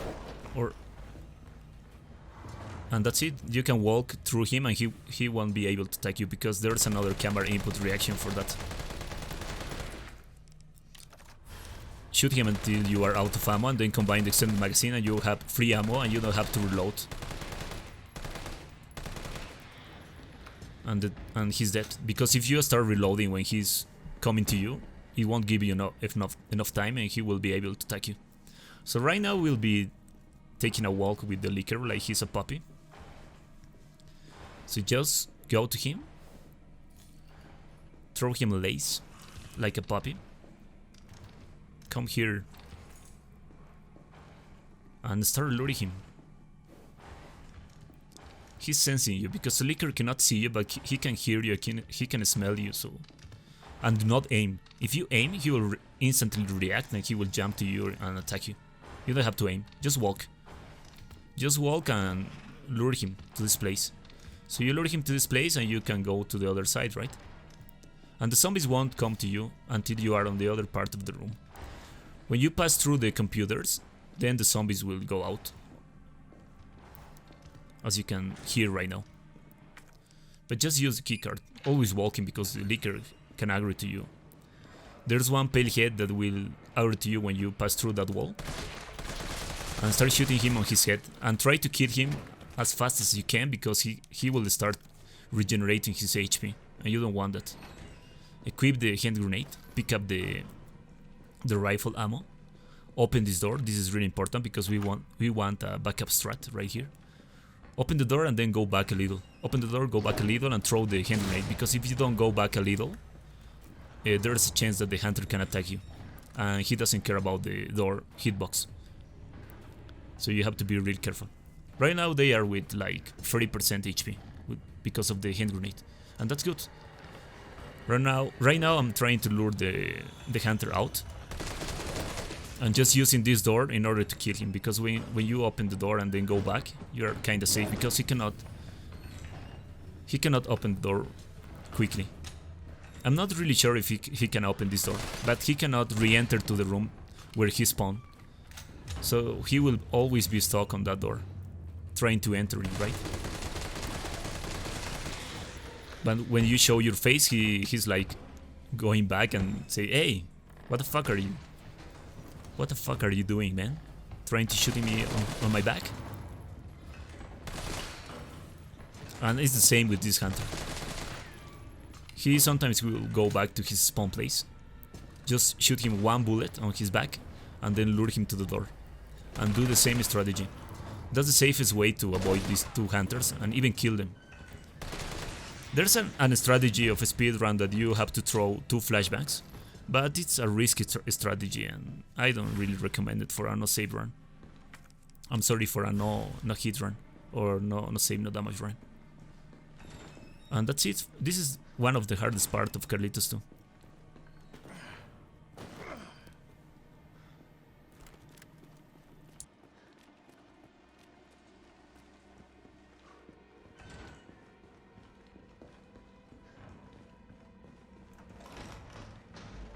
So these zombies do not care about them, just enter to the room with the card, because there's some goodies on here and are really important. Pick up all the ammo and there's a grenade and a flashbang. Yeah, a flashbang and a grenade. Equip a flashbang. They open the door, throw the flashbang, and then just walk through them. Do not care about them because they are blind. They cannot attack you. Open this box. Sometimes there's no ammo. Sometimes there's an herb, but I was lucky right now.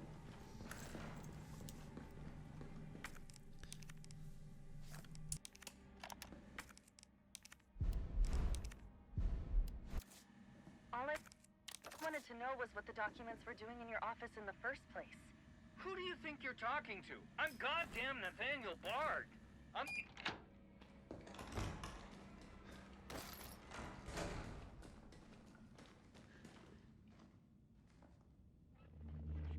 Bard.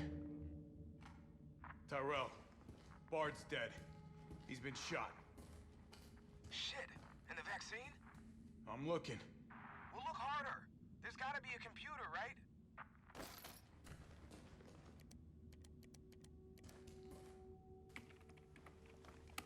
This is VRC Chief Nathaniel Bard, September 29, 11 p.m. I am acutely aware that my time's running out. And I hope and pray, by making this recording and bringing the truth to light, that I can restore some small shred of honor to my name. All of Racoon City's suffering began with the release of a biological weapon known as the T-Virus. My employer, the Umbrella Corporation engineered this virus. And they ordered my team to develop a vaccine, which we did. Now, I keep samples of this vaccine here in my office. The rest of it is stored underground. But those sons of bitches at the board, they want to destroy it. They don't want the world to know what they've done. So they're trying to erase all evidence that the virus ever existed. Now, I'm not a fool. I know they don't want me to...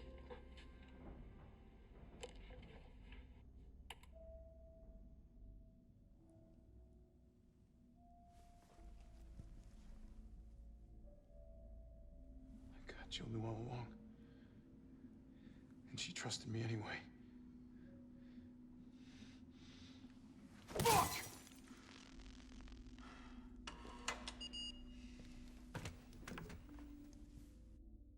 Is it here?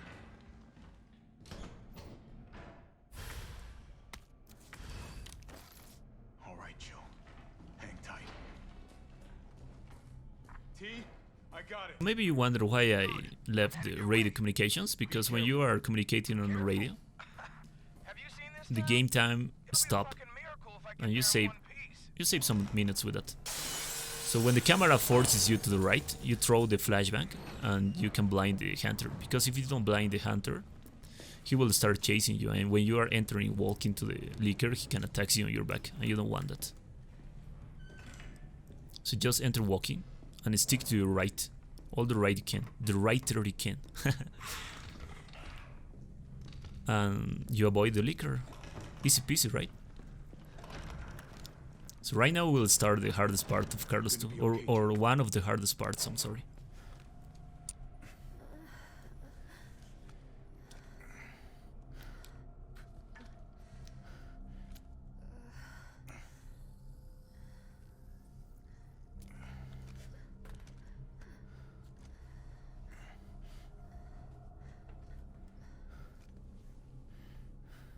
Come on.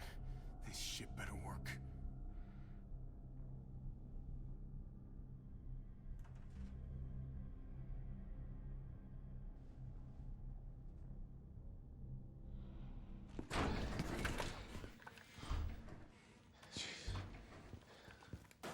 Tyrell, what the hell happened? Attention all citizens. The contagion spreading throughout the city has been designated uncontainable. On October 1st, Racoon City will be completely destroyed in a missile strike. All residents capable of rational thought are urged to evacuate immediately. This is not a test. Attention all citizens. I mean, that's only a day away. There's still people in the city. You think Uncle Sam gives a shit? Fuck. Here they come. You sit tight. I got this. Better grab some gear. I'm gonna try to lower the window shutters. The less entry points, the better. And how do we do that? I'll try hacking into the hospital security system. Keep them off me in the meantime.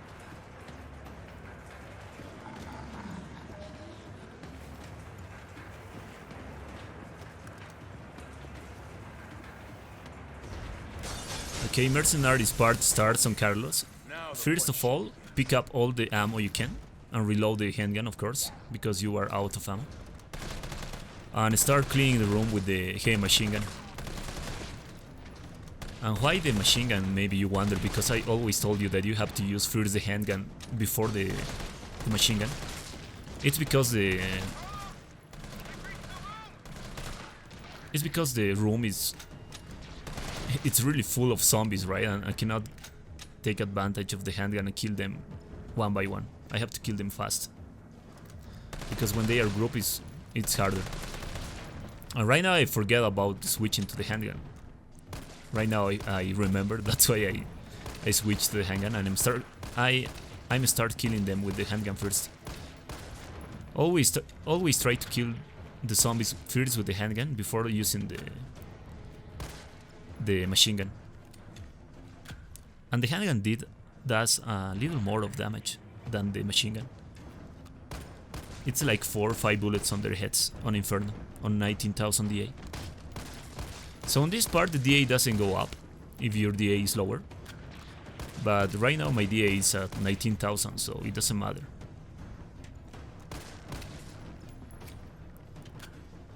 So that's the main point. You have to stand up on this place that I am right now, so you can watch the 3 windows that are on your side. And the only window that it's not on your side is the one on the right. So that's why I'm always looking to that window after I kill zombies on these windows.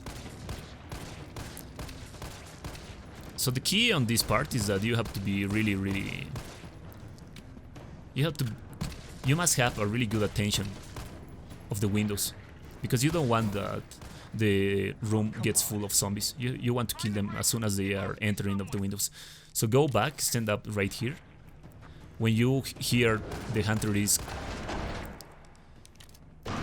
knocking the door, knocking on heaven door, throw the hand grenade, and the hunter always will die with one hand grenade on this part. It doesn't matter if your DA is 13 it doesn't matter if your DA is 30,000 DA. He will always die with just one hand grenade. But just for this part, right? Because before this, when we were trying to kill those 2 hunters on the second floor, they didn't die with one hand grenade. So right now it would be a really good chance that parasites will spawn. So that's why I'm trying to shoot the zombies always on their heads. Because if you shoot them enough on their heads, you lower the chance that they will mutate into parasites. And when they are entering the rooms, they will always show you their faces, right? So you have to take advantage of that. One parasite is entering, and you can shoot them because he cannot do anything about it.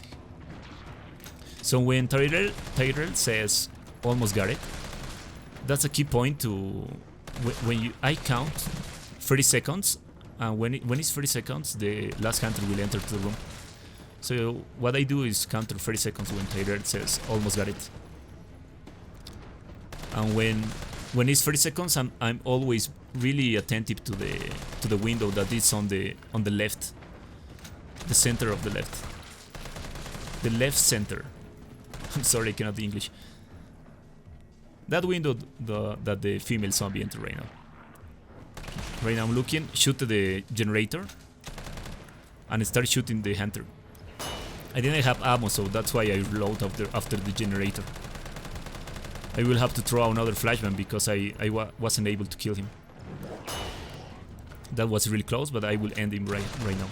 So always reload your weapon when the hunter is stunned or blind. Do not reload it when he's chasing you, because you won't have enough time and you won't be able to punch him. Because remember, as I told you before, when you are reloading a weapon, you are not able to press the dodge button. So just shoot to the generator. You can electrocute them, all of them. I'm sorry, man. I know what happened. And it's not necessary to kill them. I'm just killing them because I want to have some fun and I have enough ammo. But if you don't have enough ammo, what you have to do is first you shot to the electricity. They are stunned. They are out of stun. You throw a flashbang. Then when they are out of the flashbang blind, you throw to the generator again and just repeat. That's what you have to do if you don't have ammo. And that's Carlitos does.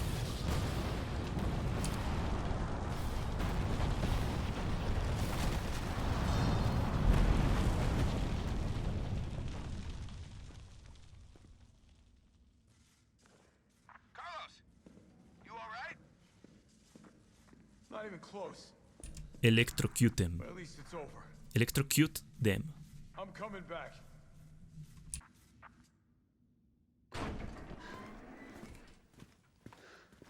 Vaccine's the real deal. Good. You going somewhere? You're damn right. What do you think you're gonna do? Whole city's about to be microwaved. Come on, man. Call the government.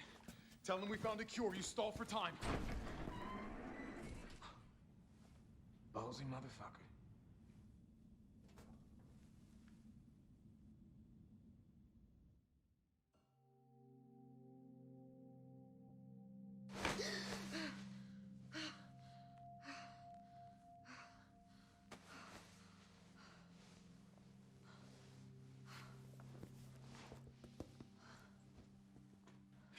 Chill. Thank God you're okay. I've got good news. It's over now. The city's safe.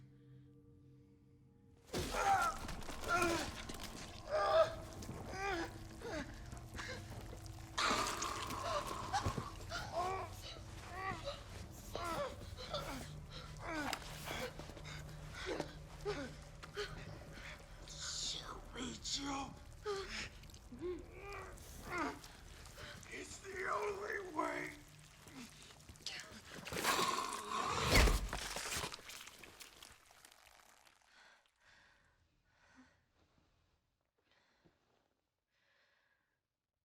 Where am I? What's going on? Oh.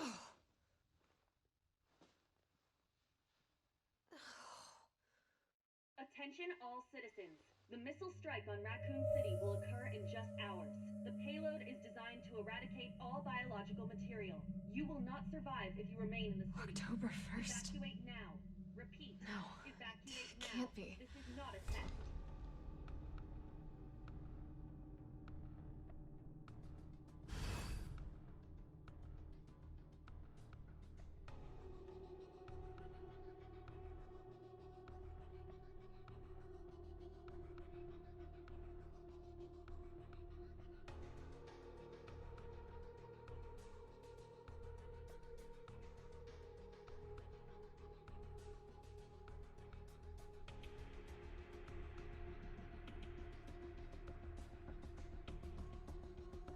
Okay, Jill Hospital. For Jill Hospital, we just need the shotgun, the mine rounds that are already on the grenade launcher, and we don't need the handgun. We will be picking up the new handgun. You saved my life. I sure as shit didn't. That was all Carlos. He carried you here and he treated you himself. Crazy bastard. Where is he? He went underground. Bard stockpiled the vaccine, enough to give this city some hope. He thinks he can do this by himself. I'm going after him. Wait, did you see the broadcast? They're gonna blow the city sky high. I'm trying to get a hold of someone, anyone with the clearance to stop it. Leave this mess to him. He's a professional. So am I. So maybe you saw that I was shooting on the floor when I was on Nemesis 2 with the handgun, and that was because I make a mistake. By accident, I reload the handgun, so I just take advantage of my mistake. I was shooting to the floor in order to lower the DA a little because I didn't want to reload that handgun because, as I told you before Nemesis 2 starts, that handgun wasn't necessary at all. So I fucked up. So just avoid that liquor, as you do with Carlos at the beginning, and on Bart's office there's an explosive bee, just that. And right here there's one hunter that will open the door where the zombies are. So just open the door and start aiming. The hunter goes out, throw him one mine round, throw him another one, and he's like coming to you, but he's not. He's going to the other doors. I don't know why. He kinda stuck there. He's like always doing that if he's not coming to you. He's like telling, get me out on those doors. So right now I'm trying to kill the zombies first because they can jump behind me. But they are not aggro, so I can kill the hunter first. I kill the hunter. He will always die with 3 mine rounds at 19,000 DA. And just kill those 2 zombies and that's it. So sometimes the zombies are always on the room where the hunter goes out, but this wasn't the case, right? And that's a really good bad RNG. And they even sometimes doesn't go out when the hunters goes out. So that's just about the RNG of the game. So this zombie respawns, he revives, he's alive again. Just kill these 3 zombies. I take advantage of them because they are close, so I throw 1 mine round. But if you don't want to, you can just shoot them with the shotgun. But I just take advantage of that because I want to save some shotgun shells. It's always good to save shotgun shells because you will need a lot of shotgun shells for NES 2 and for Nemesis 3. So trying to save shotgun shells is the best you can do on this part and on underground facilities. So right now it's just about picking up goodies because there's no more enemies on Hospital Jail. So if I'm not wrong, we'll be just picking up Magnum ammo. There's one high-grade gunpowder in that room, but remember that there's one leaker and 3 zombies, and you don't have enough ammo to deal with them, and it's not worth it for just one high-grade gunpowder. So just pick up the Magnum ammo. In total, you must have 10 Magnum ammo, picking up all the Magnum ammo from the hospital.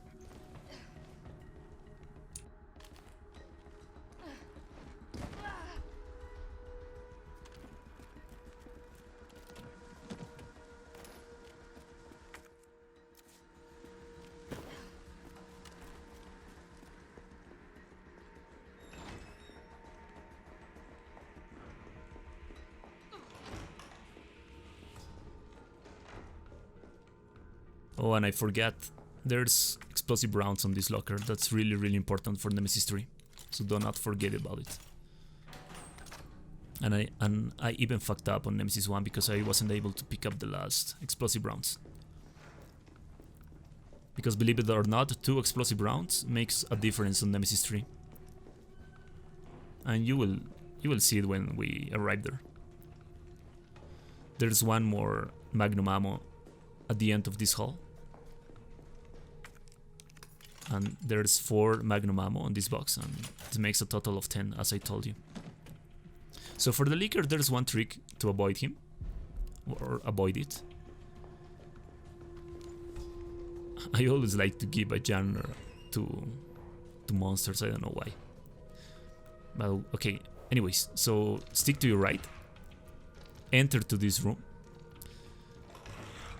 and then re-enter to the room of the leaker, and he will change his position. He will go to the other place, and you are free to go to the door that you opened before. Because if you try to go directly to the door when the leaker is obstructing your path, you will have to perfect dodge him because he's obstructing your path, right? There's nothing you can do about it. Just shoot this spearhead on his leg. Do not kill him, because you don't have to care about him anymore. You won't go back to that place. On my last runs from Nightmare, I killed that spearhead and that was because I have a lot of shotgun ammo and a lot of ammo from all the weapons. But on Inferno, it's not like that. The ammo is really low, and you don't have the. You cannot waste ammo, you know. How is it no one in the hospital ever noticed all this?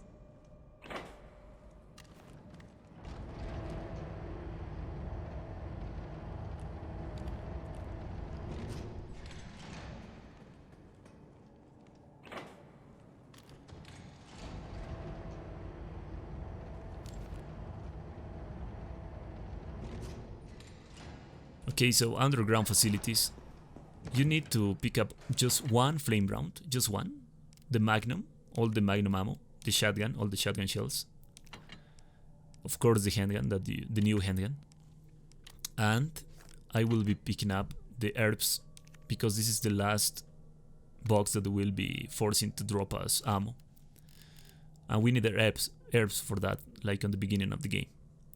That's why I'm picking up the herbs. And this is the last box that will be forcing a drop.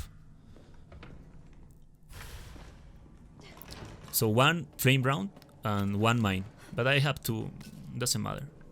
You will just use one mine and one flame round. And there's one explosive A on that part before falling down to this place. So reload the Magnum and you can kill this spearhead right now. Focus shot on his head and he's dead. It's easier to kill them in that way, that when he falls down and you have to kill him with the shotgun or with the Magnum, because he will start moving, and when he's up there he's like stuck, he cannot do that. He cannot do anything about it. So keep the flame round, and there's one Hunter Gamma right here. I want to deal with this Hunter Gamma because it's kinda tricky to perfect dodge him. Throw him one flame round, then one mine, just one. And if you miss one shot of those two grenades, you can end him with the handgun. But as always, do it with love, and you won't fail. And these are the bugs that I will force drop because of the herbs that I have on my inventory. Because if I don't have herbs on my inventory, there's a lot of chance that they will drop me just herbs, and we don't want that. It's just 2 shotgun shells, but 2 shotgun shells is a luxury on Inferno, so it's always good. There's no dogs on this part, so don't worry about it. There's just one zombie around the corner, and just kill him. Dead end. No, wait.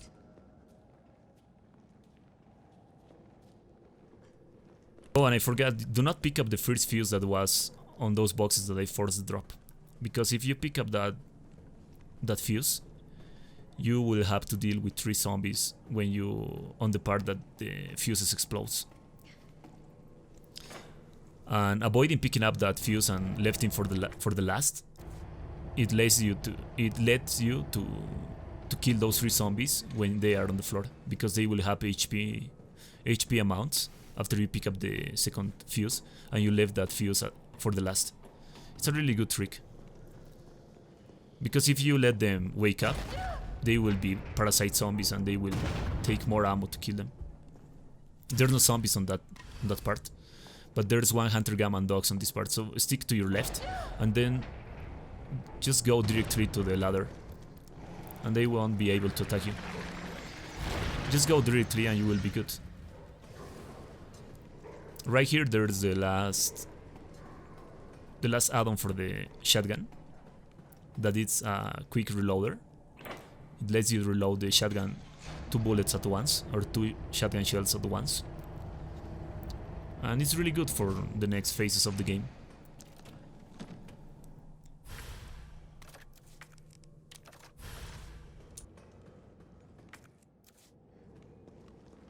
Okay, so this part is... there's a really good strategy that I find out. So just kill the 2 zombies. Kill the 2 zombies and do not kill the palehead. Go out. And then when you re-enter, the palehead will be on the left, stuck and stand up without looking you. As you can see, he's like stand up right there. So you are free to make a focus shot with the Magnum and he's dead. That's the easiest way to deal with the palehead. Okay, so this part, after you pick up the fuse, one hunter will spawn on the ladder that you fall down right now. So what I do is go all the way down, pick up the fuse, and then stick to your left. He will always jump. Do not worry about it. It's mandatory that he has to jump. So do not worry about he won't jump or anything about it. That's why I stick to my left. And on that way you dodge that hunter easily. So this was the part that I told you. I left the first fuse for the last. So these zombies that has HP amounts right now. And I can decapitate them. Easy peasy. That's why you have to leave the first fuse for the last. And maybe you wonder why I didn't do that at the beginning, right? After going up and everything. Because they don't have HP amounts. They will always have HP amount after you pick up the second fuse. Not before that.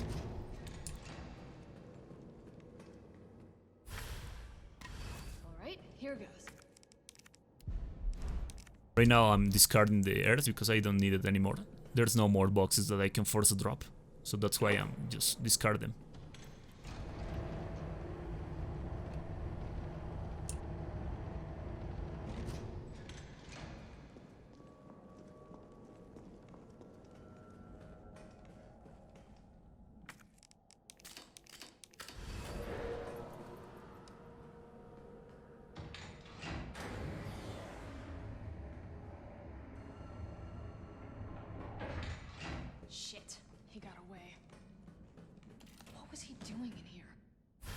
So there's an add-on for the Magnum right there that allows you to make a focus shot a little faster. So for the next two, we need the grenade launcher, all the mines that we have, the shotgun shells, the new handgun, and the Magnum with his upgrade. Just that, and a blue gunpowder and an explosive B, because we will be combining shotgun shells and acid rounds.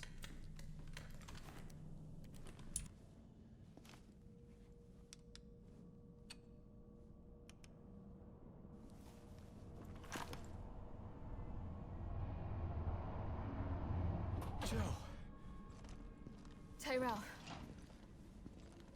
I got through. They're willing to negotiate. They'll call off the strike if, and this is one big-ass if, we can deliver the vaccine to them before they launch. How long do we have? Hours, maybe. Then let's not waste one more second. This way.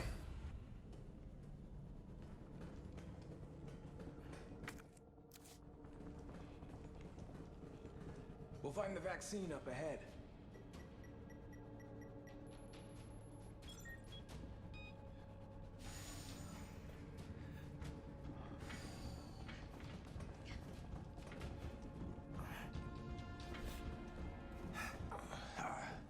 Sure you don't need to stop? Stop and do what? I got your back. All right, let's get this done.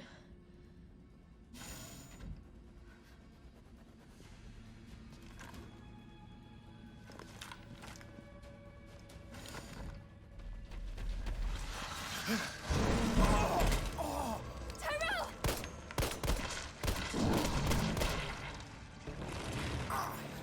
Now! Keep going. We're almost there. No!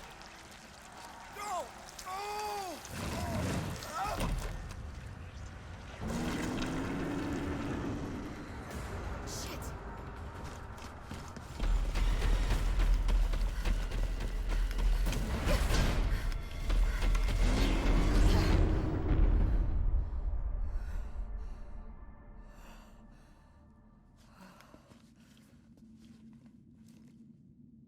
Okay, next to start, the first thing you have to do is go to this room that I will be going right now, because there's one high-grade gunpowder right here.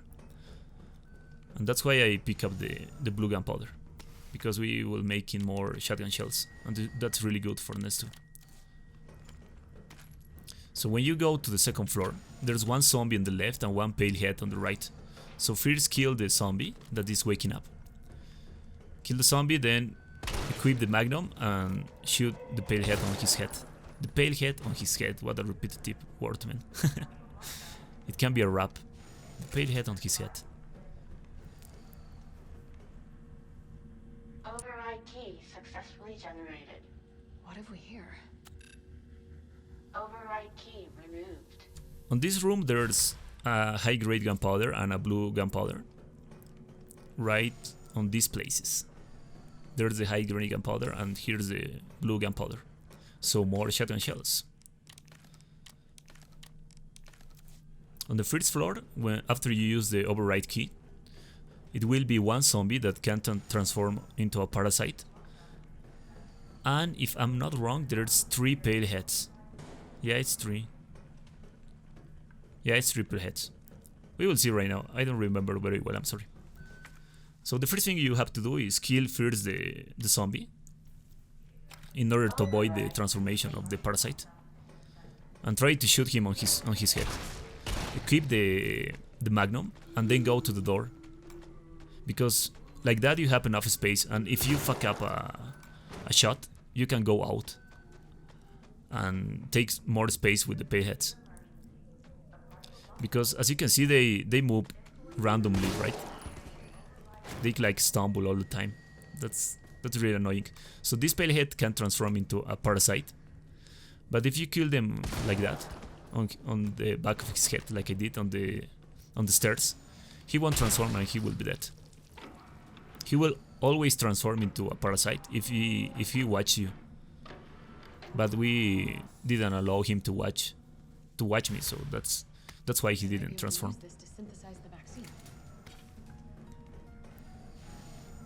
So we already deal with the pale heads on this floor, but there's 3 more pale heads to deal with.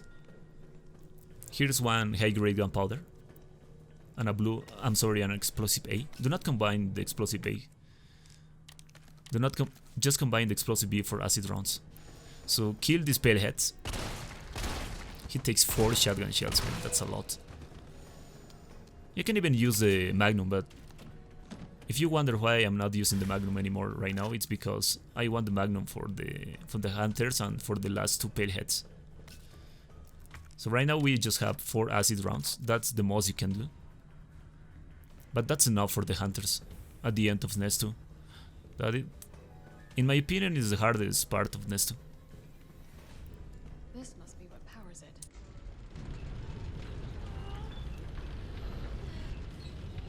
So it's really important to pick up all the explosives. Even more important, the explosive Ace, because you want to do explosive rounds for Nemesis 3. You won't make any flame rounds, just explosive rounds. So always pick up the explosive Ace that I am picking up.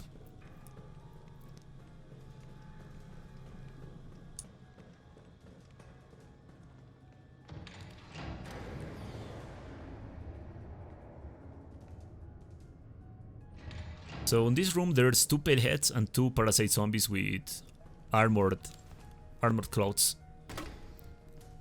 So what I like to do is try to shoot a mine. Maybe I can kill them.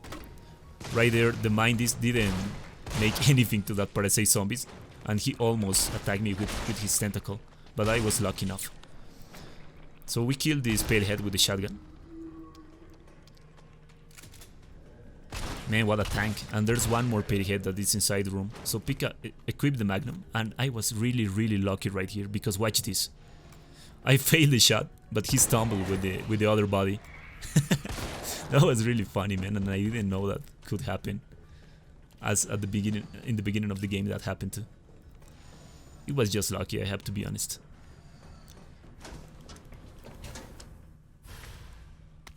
Okay, this looks like I might be using vaccine. There's one more explosive A right there, and it was one explosive B on that place, but we already combined the explosive B, so we're good to go. Do not combine the explosive A's right now, because when you will be switching the grenades on the grenade launcher, it will be harder with 3 kinds of grenades.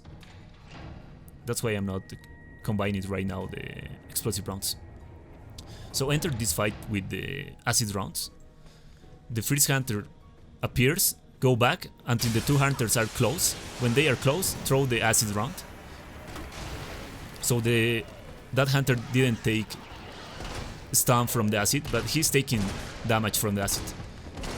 We kill the 2 hunters, take some space, throw 1 acid round, throw the second acid round, and end them with the Magnum.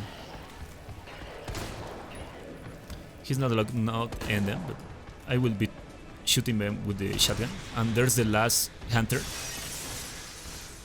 Throw him 1 acid round and end him with the shotgun shell. I can give me the luxury to wait until the acid make the full damage. So that's why I was waiting until the acid was making the full damage. But I wasn't able to give me that luxury before, right? Because there will be a lot of hunters. And the first 2 hunters, one of them didn't take stun from the acid. He take damage, but he didn't take stun. And that was really bad, because he was able to come to me and attack me. So the trick is that there will be always 2 hunters on the round, or on the area. It won't be 3, for example. There will be always a max of 2. That's why if you kill 2 at once, there will spawn 2 immediately. But if you kill 1 first and the other one is still alive, they will spawn just 1. So there's always will be a max of 2 hunters on the fight. That's the key of the battle. You have to keep that in mind and make a really good use of the acid rounds. And if you are out of mine rounds, you can use... I'm sorry, if you are out of acid rounds, you can use the mine rounds. Because you don't need the mine rounds for Nemesis 3.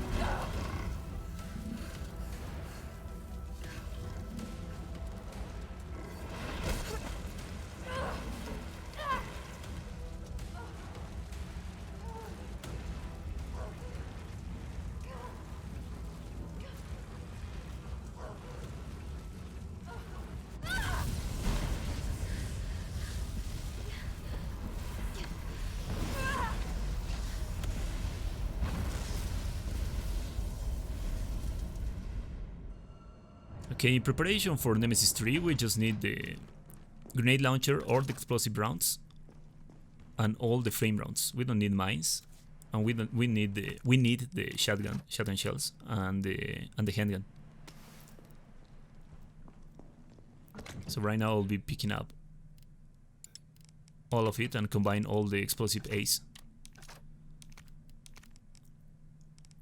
And if you have magnum ammo, it's doable to use the magnum too, because the magnum is always good for boss fights.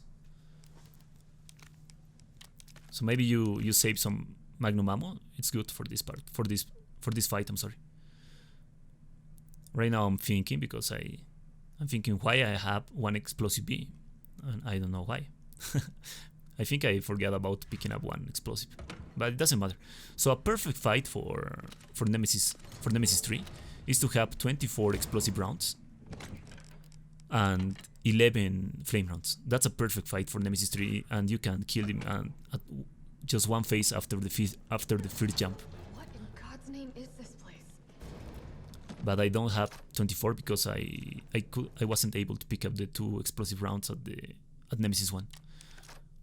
But I will do it good too. So just watch it. So it's mandatory to use the cancel of the animation of the grenade launcher that I teach you on Nemesis 2 for this fight.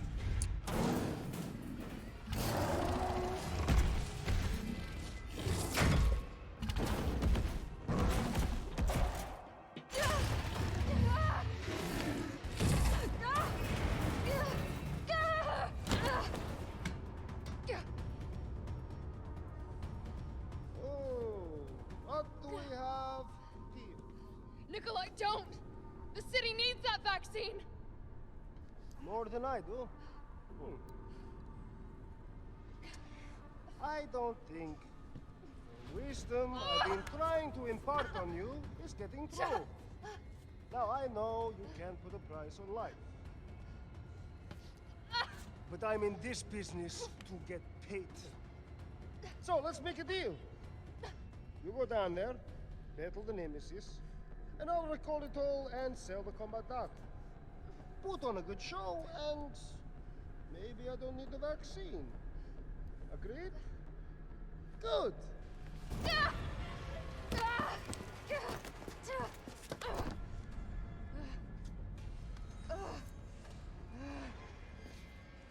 Okay, so the fight starts. Throw him one flame round on his face. Get close to him and start shooting him with a shotgun. Then go back to avoid the jump. Reload the shotgun. Equip the flame round again. Wait until he's out of fire on his body. Throw him one flame round again. And then repeat with the shotgun. He's now entering phase 2. Throw him one flame round because on the cutscene he takes full damage of the flame round. That's why I throw him one flame round before the cutscene. You're okay.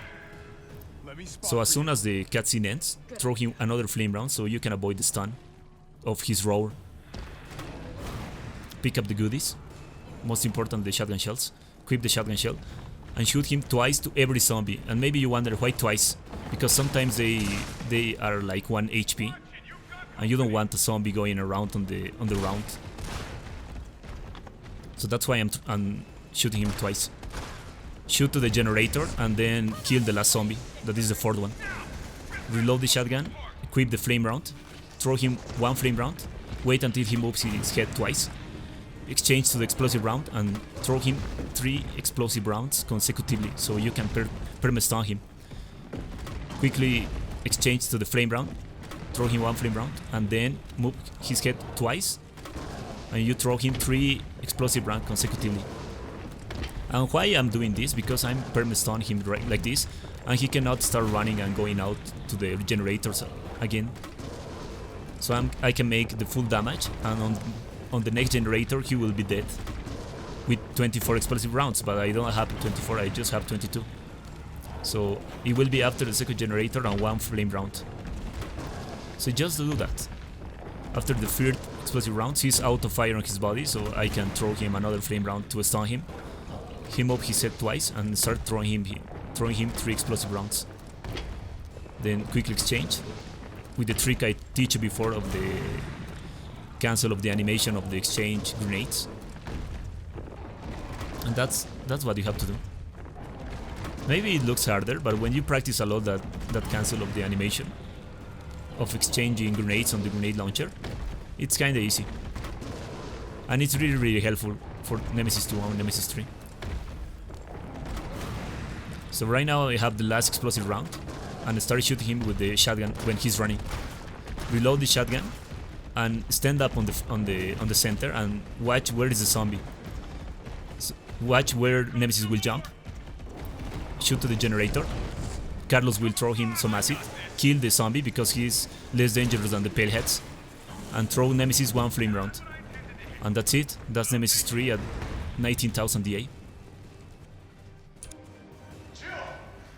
Here comes a crane. Use it to climb up.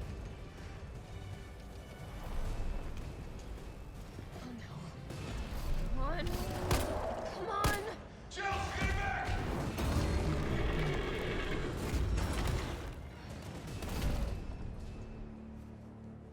Now get on!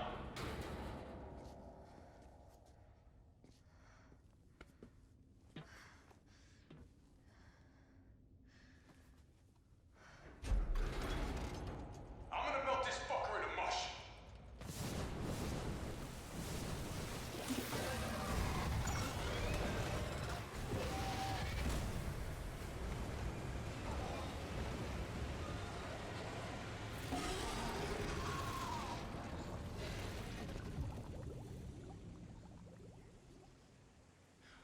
So maybe I forget about to tell you something important about this fight. It's that when Nemesis is entering phase 2, when he's running on the generators, you just have to kill 3 zombies, not the 4 zombies, because he won't give you enough time to shoot to the generator for Nemesis. So just kill 3 zombies, then shoot to the generator, Nemesis fall down, and then you have enough time to kill the last zombie on the round. So for Nemesis 3 we just need the new handgun and all the handgun ammo that we have. If you have more than 50 ammo, that's good. You don't have to pick up more. It's done. Give me the vaccine, you greedy son of a bitch. No. You print money. I like money. We shall make ours an ongoing arrangement. Now drop the gun.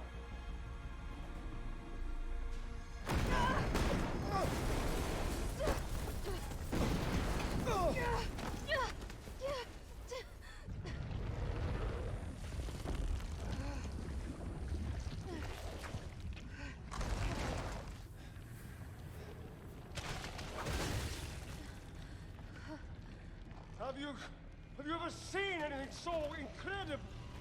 The data on this would be worth millions.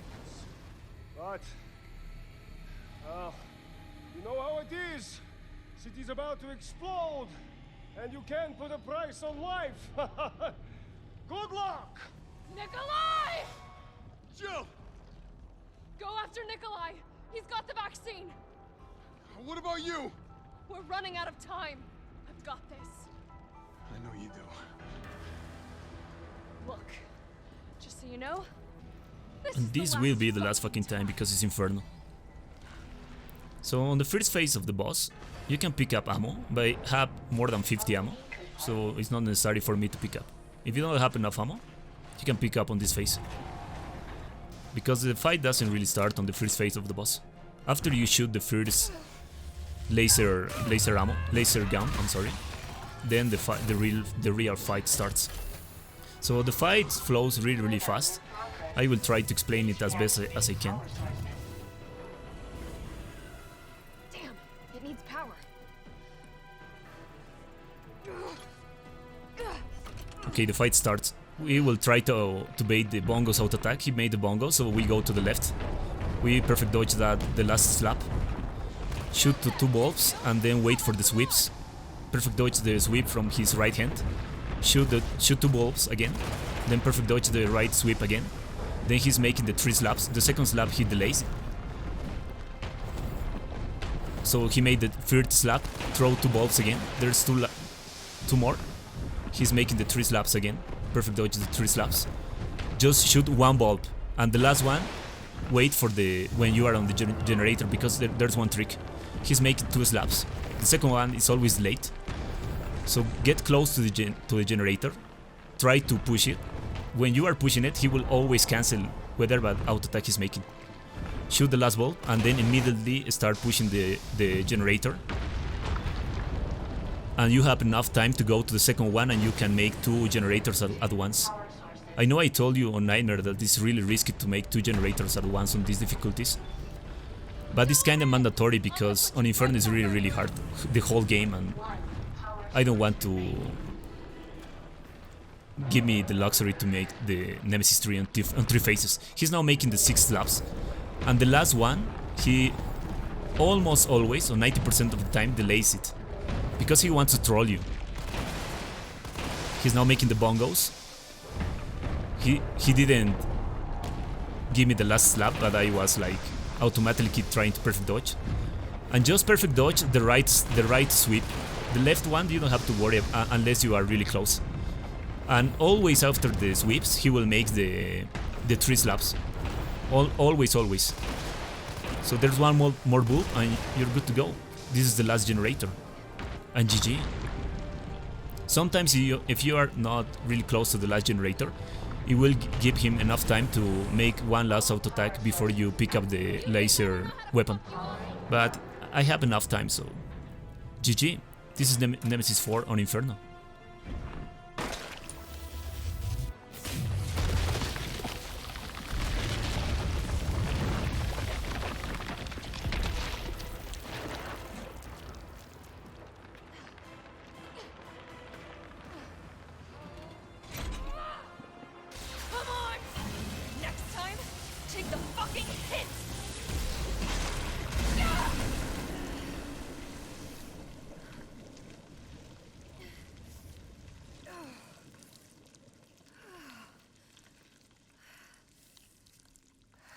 So maybe I didn't explain you this part really well. When you are pushing 1 generator, Nemesis will always cancel whatever auto attack is making in order to trying to grab you. So that's why I bait that when I was making the 2-phase generator. So maybe there won't be credits at the end because of the copyright of YouTube. So I will say goodbye right now. This was Resident Evil 3 without saving, without taking any damage, without shopping items, without glitches, at 60 FPS, on Inferno difficulty. Thank you so much for watching. I hope you enjoyed the video. And you help me a lot if you give a like and subscribe to my channel. I will be making the whole Resident Evil franchise, no save, no damage. And thank you so much for watching. I'm Alvarez, and I see you next time. Enjoy the end.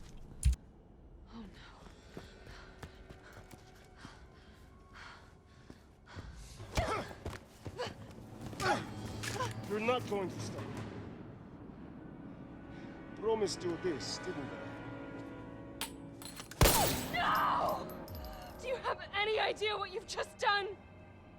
No. Don't care. My client ordered me to reduce Umbrella to rubble. 10 minutes until missile impact. The missile has launched. And that is my cue. Goodbye, Miss Valentine. Shame you didn't listen to me when you had the chance.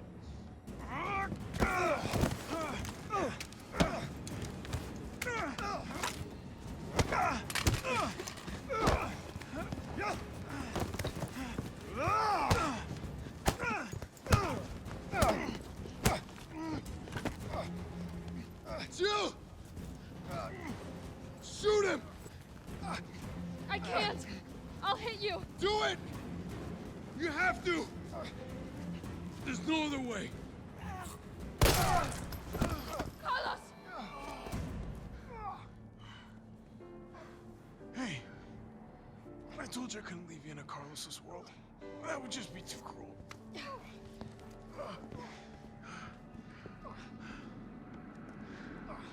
What about him?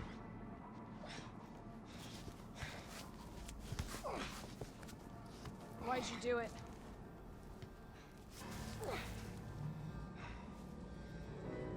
There's a price tag for everything. Even letting the world burn. Who are you working for? I'll tell you, if you get me out of here. I'll pay you whatever you want. You're a fool. You're a fool! If I die, you'll never find out the truth. I don't mind a little detective work.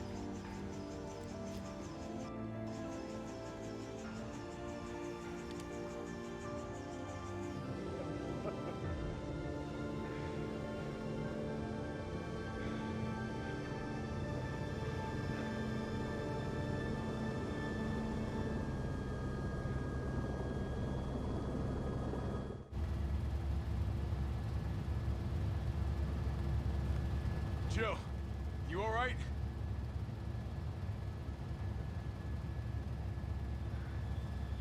There it is.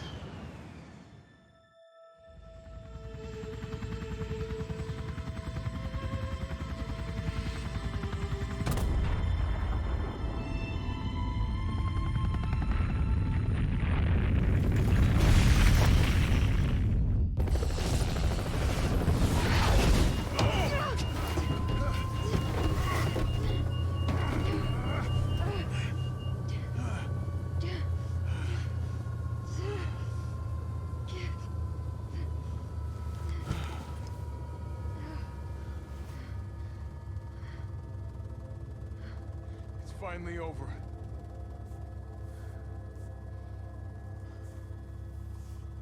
So long, RC.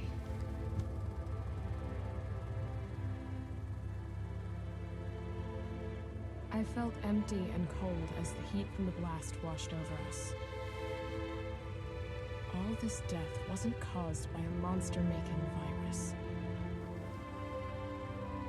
It was greed. Human greed. I decided then and there, the ashes of Raccoon City would be Umbrella's ashes too. I would end them, once and for all.